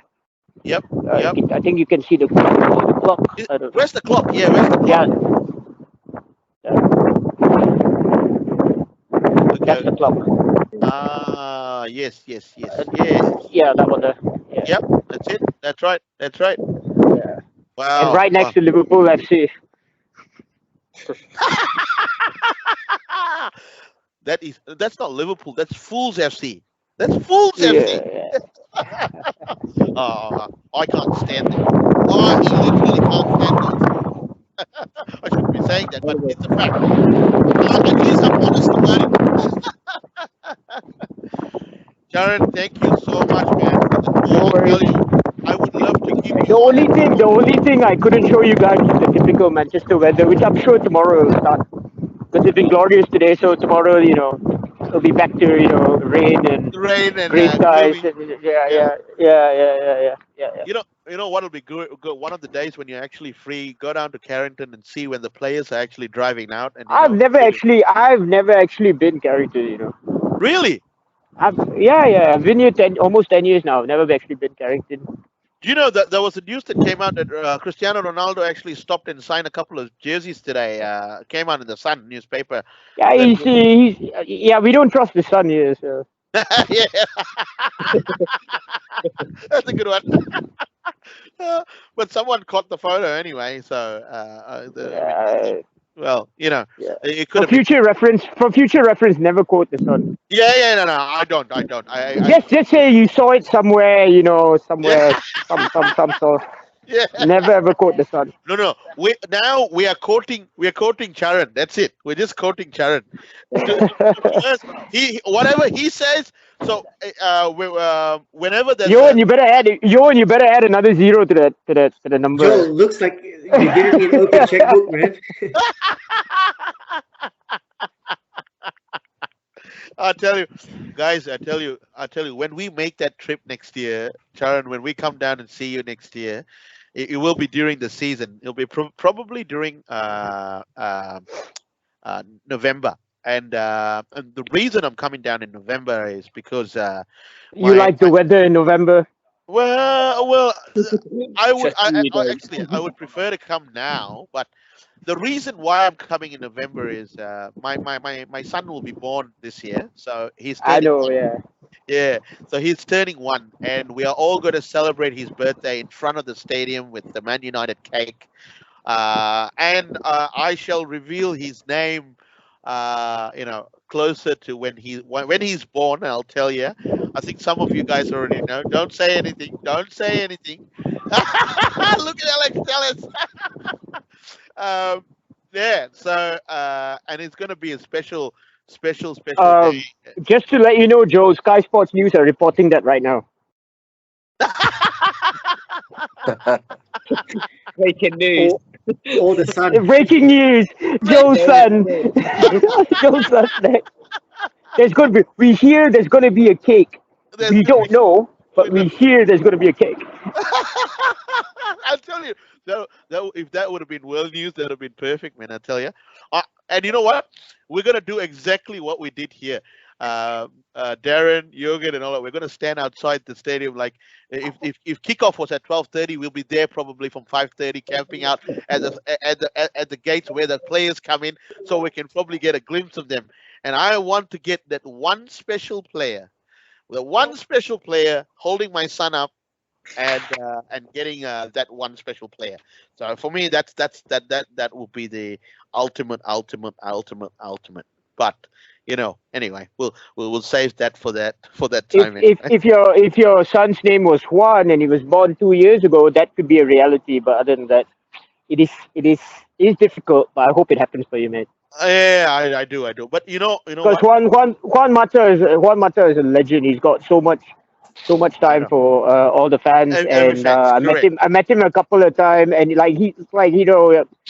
actually takes time to have a conversation with you and not just do the pleasantries and just like, Yep. hey, let me sign your shirt or whatever it is. He's actually like got time to have a conversation. Yes, A yes. few years ago, he stayed behind after training for like an hour, 2 Yeah. hours, signing like Yeah. all the fans. And he was on the pitch playing with all the kids, and he's Yeah. We didn't treat him well. That's my we bought him. We should have treated him better. Yeah. The thing is, the thing is with Juan is the good thing about him is his attitude. Like he never kicked off, never played. It's okay. I'll sit on the bench. It's okay as well. I'm not going to go to the press and complain about it. When we signed him, Darren, correct me if I'm wrong. When we signed him, I think he was Chelsea's Player of the Season twice. Yeah, he was. Yep, Yeah, that's right. Yeah. So he was like, he David Moyes. I think at that time David Moyes was quite desperate. He just signed Correct.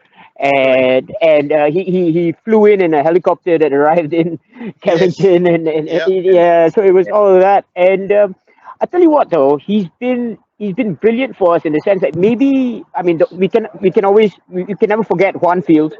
The goals that he scored against Liverpool, and I think The back foot. yeah, and the thing is, like, he's just been an amazing presence in the dressing room itself. So, there's more to a player than just what happens on the pitch. Like, I think he's just been amazing, and he's got my utmost respect. He's my current favorite player of all time, like in current times. He was one of my favorite players, just because he's Yeah. good for the kids. He's He's actually just got a club, is he? Sorry? Is he still on a free agent? Yeah, he's still a free agent. He hasn't signed with anybody yet. Yeah, because he hasn't retired, has he? No. No, he's still playing. Dude, the thing is, he's still a bit young to retire. I think he's 33. But even like last season, towards the end, he played a few games and he looked like decent, didn't he? Last year. That's the thing. Like, he changed because when we were playing shit, he actually, whenever he came on, he actually improved us. Yeah. And and then the thing is, like, when you see the match live, you see like his movement, and he's like, because obviously on TV they always focus on where the ball is. Yeah. They don't really show you what's going on everywhere else. But like, his movement was still amazing. Yeah, he doesn't have the pace. He never had the pace to begin with. Yeah. But it was so sad. But his dad, him and his dad opened up a restaurant in Deansgate, in Manchester. Right. Yep. It's shut. It's shut now. Really? Why? What happened? Yeah, the pandemic, the pandemic. After the pandemic, they never reopened. Ah, that is really sad Or they because did, and they did it for a short time, and then it just, yeah. right, because the food there is brilliant apparently. Oh, you have you been? I've been there. No, I've wanted to go there, but we couldn't get booking on that day that we wanted to go. Ah, And right, yeah. It's just the food is brilliant, yeah, absolutely brilliant. I heard the food is brilliant. When the last time I Yeah. was there with Yogi and all that, we were planning to go there for dinner, but we couldn't get bookings, and because we were driving up to Scotland the next day, Yeah, so we couldn't yeah. get a chance. But I said, but look, I actually thought on the next trip that I wanted to go there, and apparently Juan Mata actually comes there quite often. To the Yeah, restaurant. he's always in there. Yeah, he's always in there. Yeah.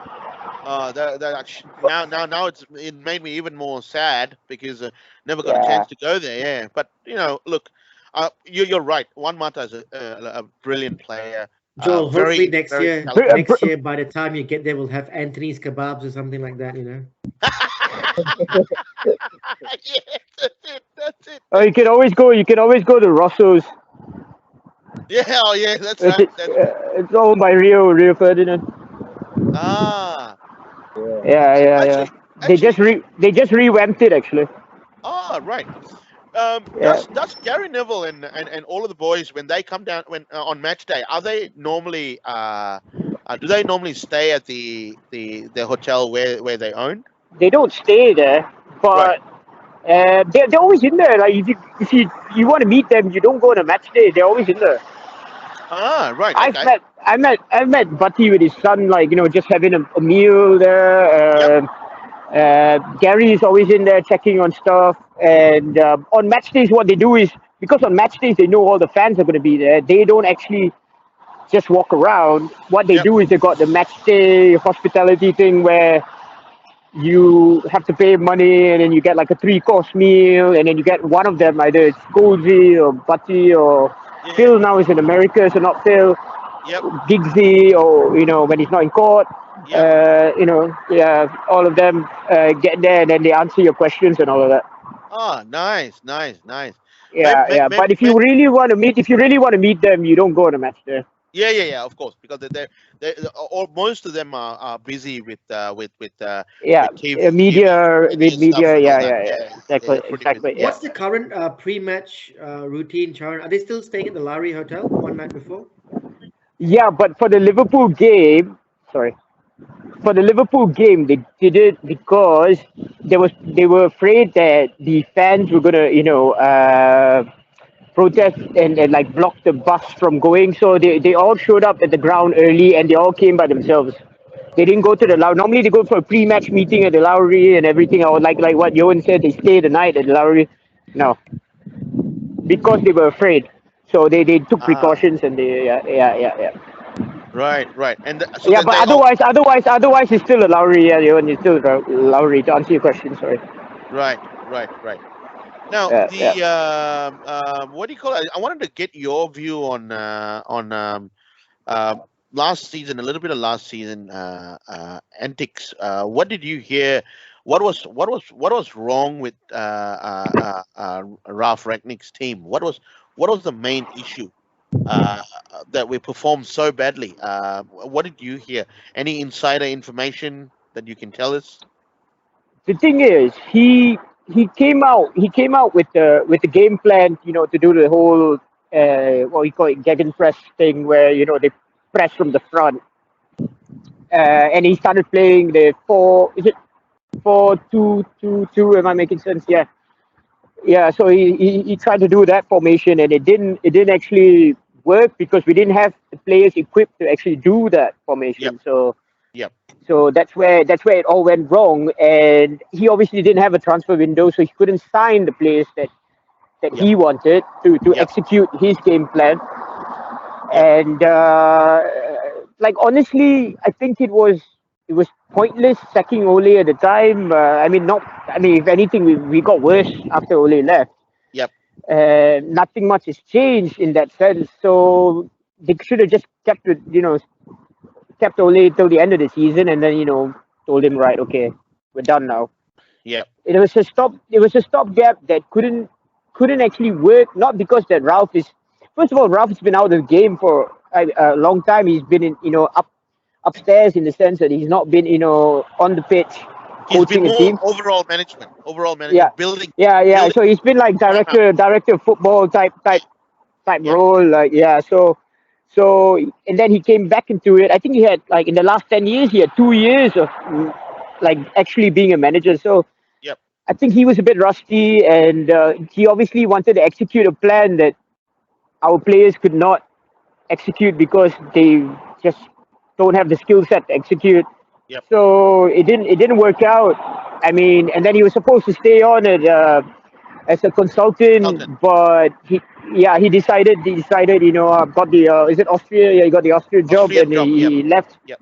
Yeah. But But it is that what was it is, and no, but that one sorry. was a very. I was very. I was very. I mean, there's something about that that didn't pan out right because he set a motion of they planned for him to move upstairs with Ten Hag coming in to help Ten Hag build the club within, with what he did with RP Leipzig and also in when he went off to Russia. Yeah. He built the club from ground up, and he put the structures in place, and he also created the business fundamental of it, like building players and getting them to perform, Selling them on for a and then profit. Yeah, I get it. correct, Yeah. selling them on for a profit. I mean, the players that some players come will give you some really good seasons, win a couple of trophies, and then when the time is right, sell them off so that we can reinvest it back into buying younger players, and which is what we should be doing anyway, which is what Yeah. City is doing, and which is what Liverpool is doing, and we have not started on that yet. We've done patchy stuff like that, but we've not given big focus onto the young players. Like Charlie Savage, we saw him play here; he was fantastic. Zidane Iqbal, another great youth. But I'm just hoping that's why I kind of like the Carabao Cup, and that's what I'm really hoping that Ten Hag would utilize these players in there and give them a duty that this is your cup, this is the competition you guys are going to be playing most of the time. Integrate with the experience and get them coming up, because that's what's going to happen. Because we're going to save a lot more money in time to come if we start nurturing them. It's exactly like what Fergie did with the class of '92 and all of that. I mean, I know was it Arsene Wenger made a comment and said you can't win a trophy with kids. No, it was Alan Hansen. Alan Hansen, sorry, Yeah, it was Alan Alan Hansen. Hansen. Yeah. Alan Hansen, Yeah. that's right. The former Liverpool Yeah. man, isn't it? Yeah. It was Alan Yeah. Hansen. That's right. You can't win. You can't win. Anything with I can't win anything with kids. Yeah. kids. And how wrong did Fergie? But the thing is, Joe, like, he must understand. At that time, even though we won everything with kids, we had a backbone, a spine of experienced players. Yep. So it wasn't just the kids. Yep. It was, if you had Schmeichel, you had obviously it was Bruce and Pallister at first, and then moved on to Ronnie Johnson, Hennenberg, and Yapstam and all of that. Yep. And then you had Roy Keane in midfield. Paul Ince was there. Mark Hughes was there. All these big names that could have would help. Eric Cantona, obviously. These are experienced top. They're not just top players. They're top characters in the dressing room that you need. Peter Schmeichel. These players. They would help any kid be better. Yeah. If I ask you right now, who do we have in the dressing room that can be the likes of Schmeichel or Sparky or Kino? Like, we don't have any. You don't have any. So You're it this is the problem. It's different now. You can't compare to the past anymore. Yep. Because Yep. we don't You're have right. those characters anymore. Yes, we did have a lot of young players in the team, but at the same time we had experienced, thoroughbreds, like winners, the serial winners. They could do anything Correct. along with the young you're right. players, so it worked. You're right. There was We- we don't have those characters in the dressing room. No, we Who do you don't. look up to? Who do you look up to? There's no Exactly. real standout personality, Yeah. really. And you know what is sad? There are characters in there. They just don't want to take ownership of it. Correct. There are players in there that could be sort of could be those players, but and I Yes. think young players these days are different Yep.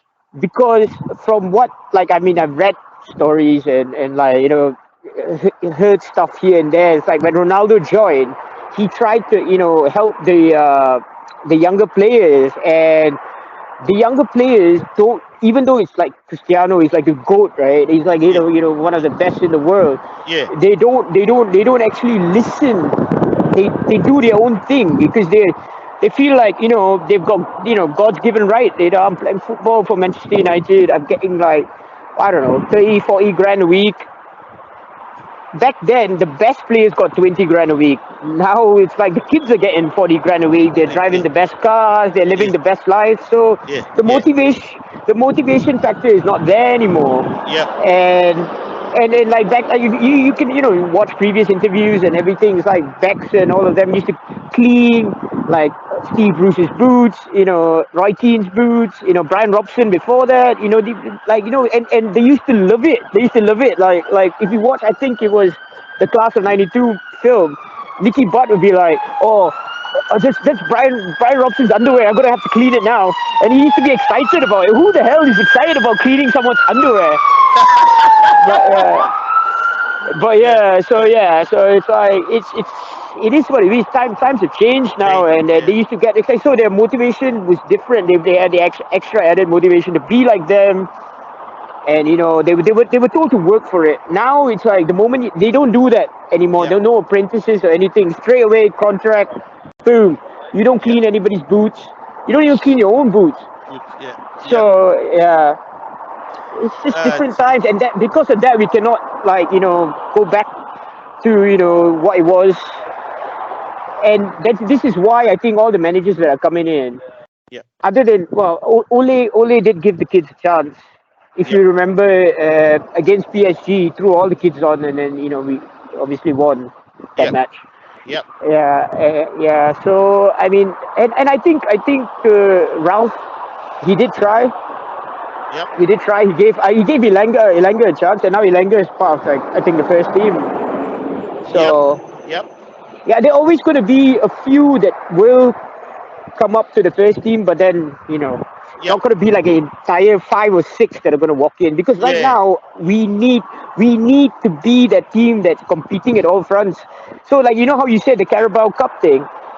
We need a team that is decent enough to even play in the Carabao Cup. We can't afford to just play the kids all the time. I mean, a lot of people will say, a lot of fans will say, we don't care about the Carabao Cup, just play the kids.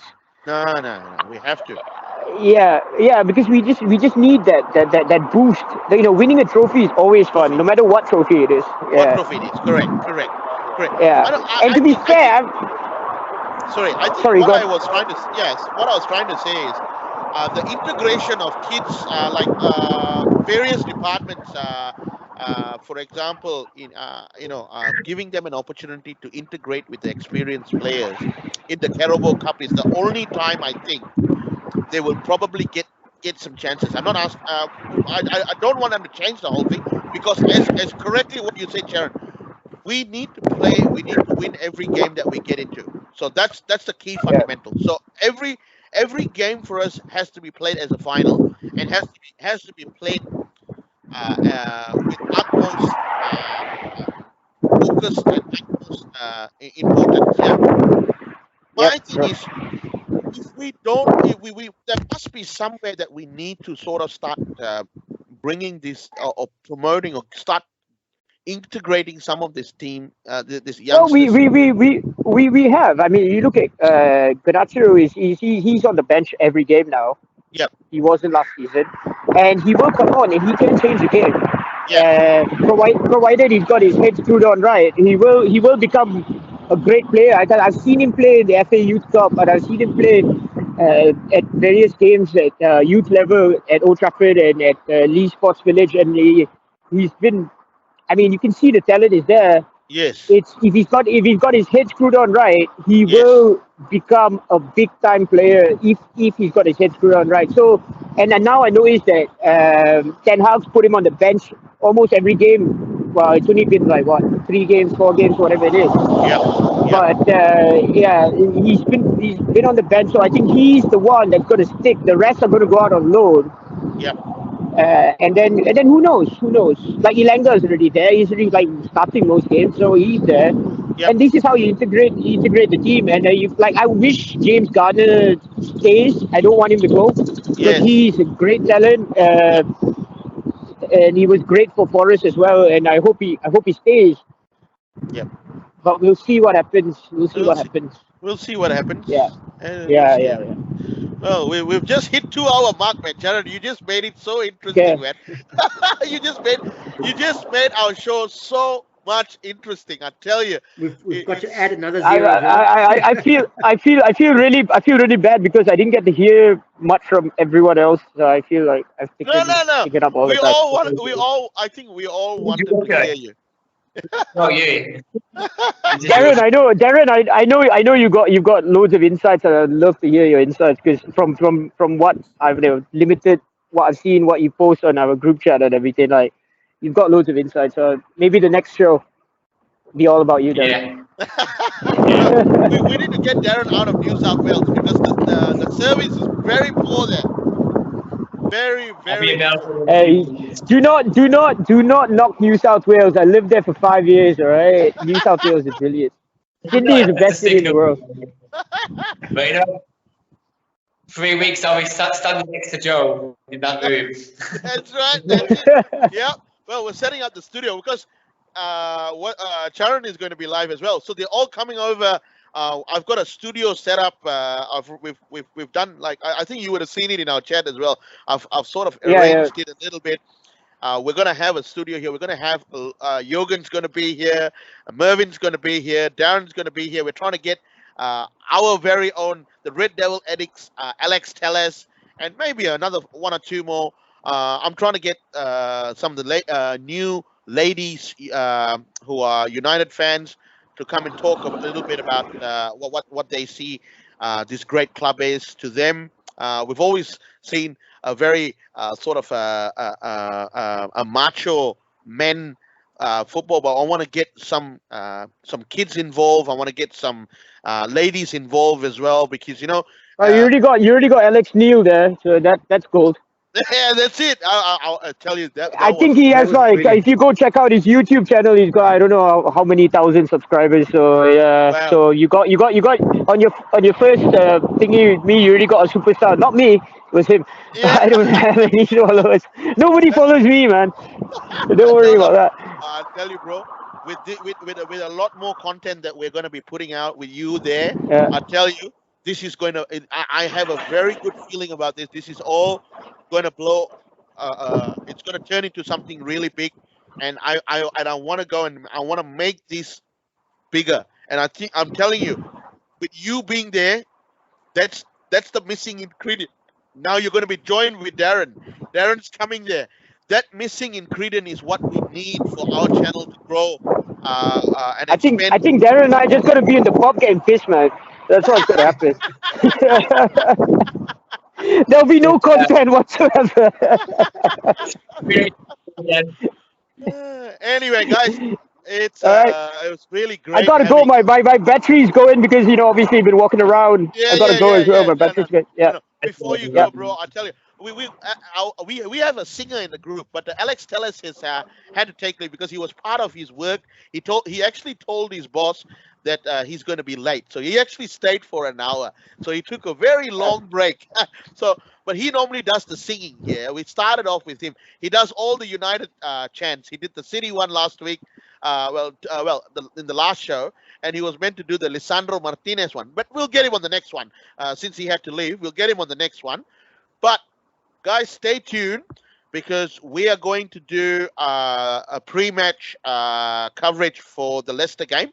And we are also going to do 45 minutes before kickoff, basically pre-match discussions and stuff like that.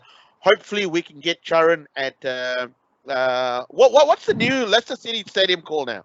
Used to be called the Walkers when I was there. King Power Stadium. King Power Stadium. That's right. I almost forgot that because I remember when I lived in Leicester for a while. It was called the Walker Stadium because I think that time Yeah, they were Walker's Chris was the correct, one sponsors of the at the time. sponsors, Yeah, and I used to yeah. see. Didn't Kyle But Walker now used they're owned by now they're owned by the Thai owners, so it's the King Thai Power. owners? Yeah. No. What was Yeah. that? That goalkeeper? No, not Kyle Walker. What's he used to That's play the for one. Spurs. Ian Walker. Ian Walker. Didn't he Oh, play yeah. He used to for? play for Spurs. He used Yes. to play for Spurs. And then he went and then he joined Leicester, right? Yeah, yeah. I think towards the Yes. end of his career. Towards the end of Yeah, his career, yeah.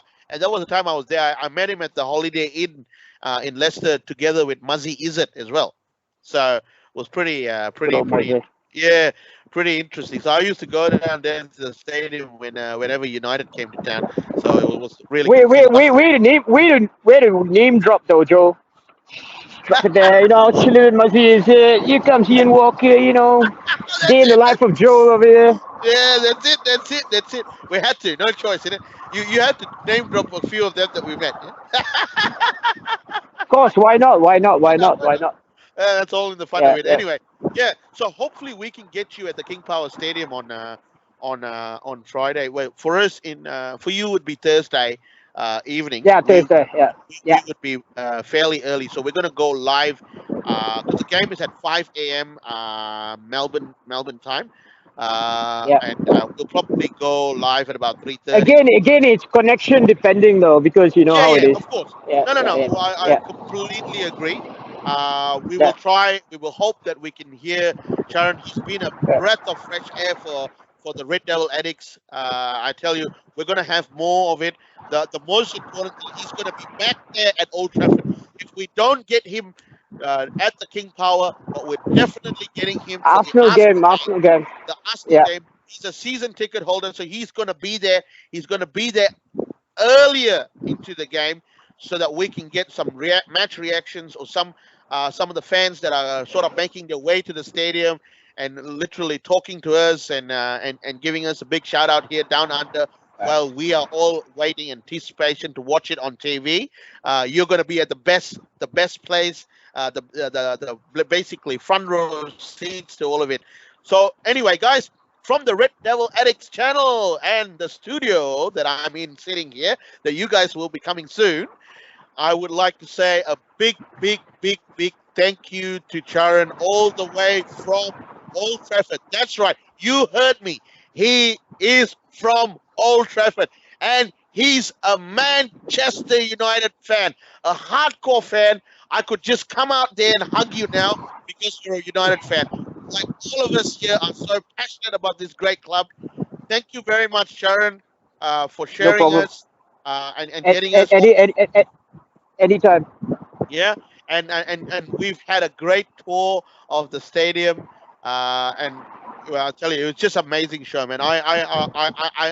It literally didn't feel I didn't feel the tiredness. I could go on for another 2 hours, but you know, we're trying to we'll save the best for the next show. When we hopefully get on Sharon on the King Power Stadium, hopefully, and we want that to be another 3 points for United. And we'll also another thing that we're going to bring you after the show when we do the post-match reaction at the King Power. We also will be talking to you a lot about we will have probably the last hour of the transfer. We'll probably bring you all the latest incomings and outgoings. You never know; there could be some major signings, some major news on the last day. You know, like how fax machines and all that don't work on the last minute. I think all of us remember that, you know. So yeah, so it's going to be an exciting. It's going to be an exciting few days. The next couple of shows are going to be great. But I'm telling you, Chan, I can't wait for the Arsenal game because that's one Right. game I think we're going to do. We're going to rock and roll with that game. Especially with the atmosphere. We have to. Yeah. All right, guys. Yeah. Thank you very much. All right, You're guys. the Devil Addicts. Ciao. Again, please subscribe Take it to us easy. on the YouTube channel, the Red Devil Addicts, and follow us on Instagram as well. And it's me, Joel, again, saying sign off. And thank you very much, Darren. Thank you very much, Sharon. Sharon's battery probably would have just gone off on us. And Jürgen, you're the man, bro. You're flying out tomorrow, but we're still going to catch you in For the next sure. 2 games. You're going to be in a different setting, so it'll be good. We'll take over the world. Yeah, that's it, man. That's it. Make sure you find enough investors. We're going for the Glazers. We're going to take the Glazers. We're going to buy them out, and we're going to run that beautiful club. And we're going to make sure we're going to peel off all that paper that's on top of the cracks, and we're going to actually fix those cracks, because that's Awesome. what we're passionate about, and that's what we want to do. All right. All See you, right. boys. See you in the next show. Okay. Bye bye.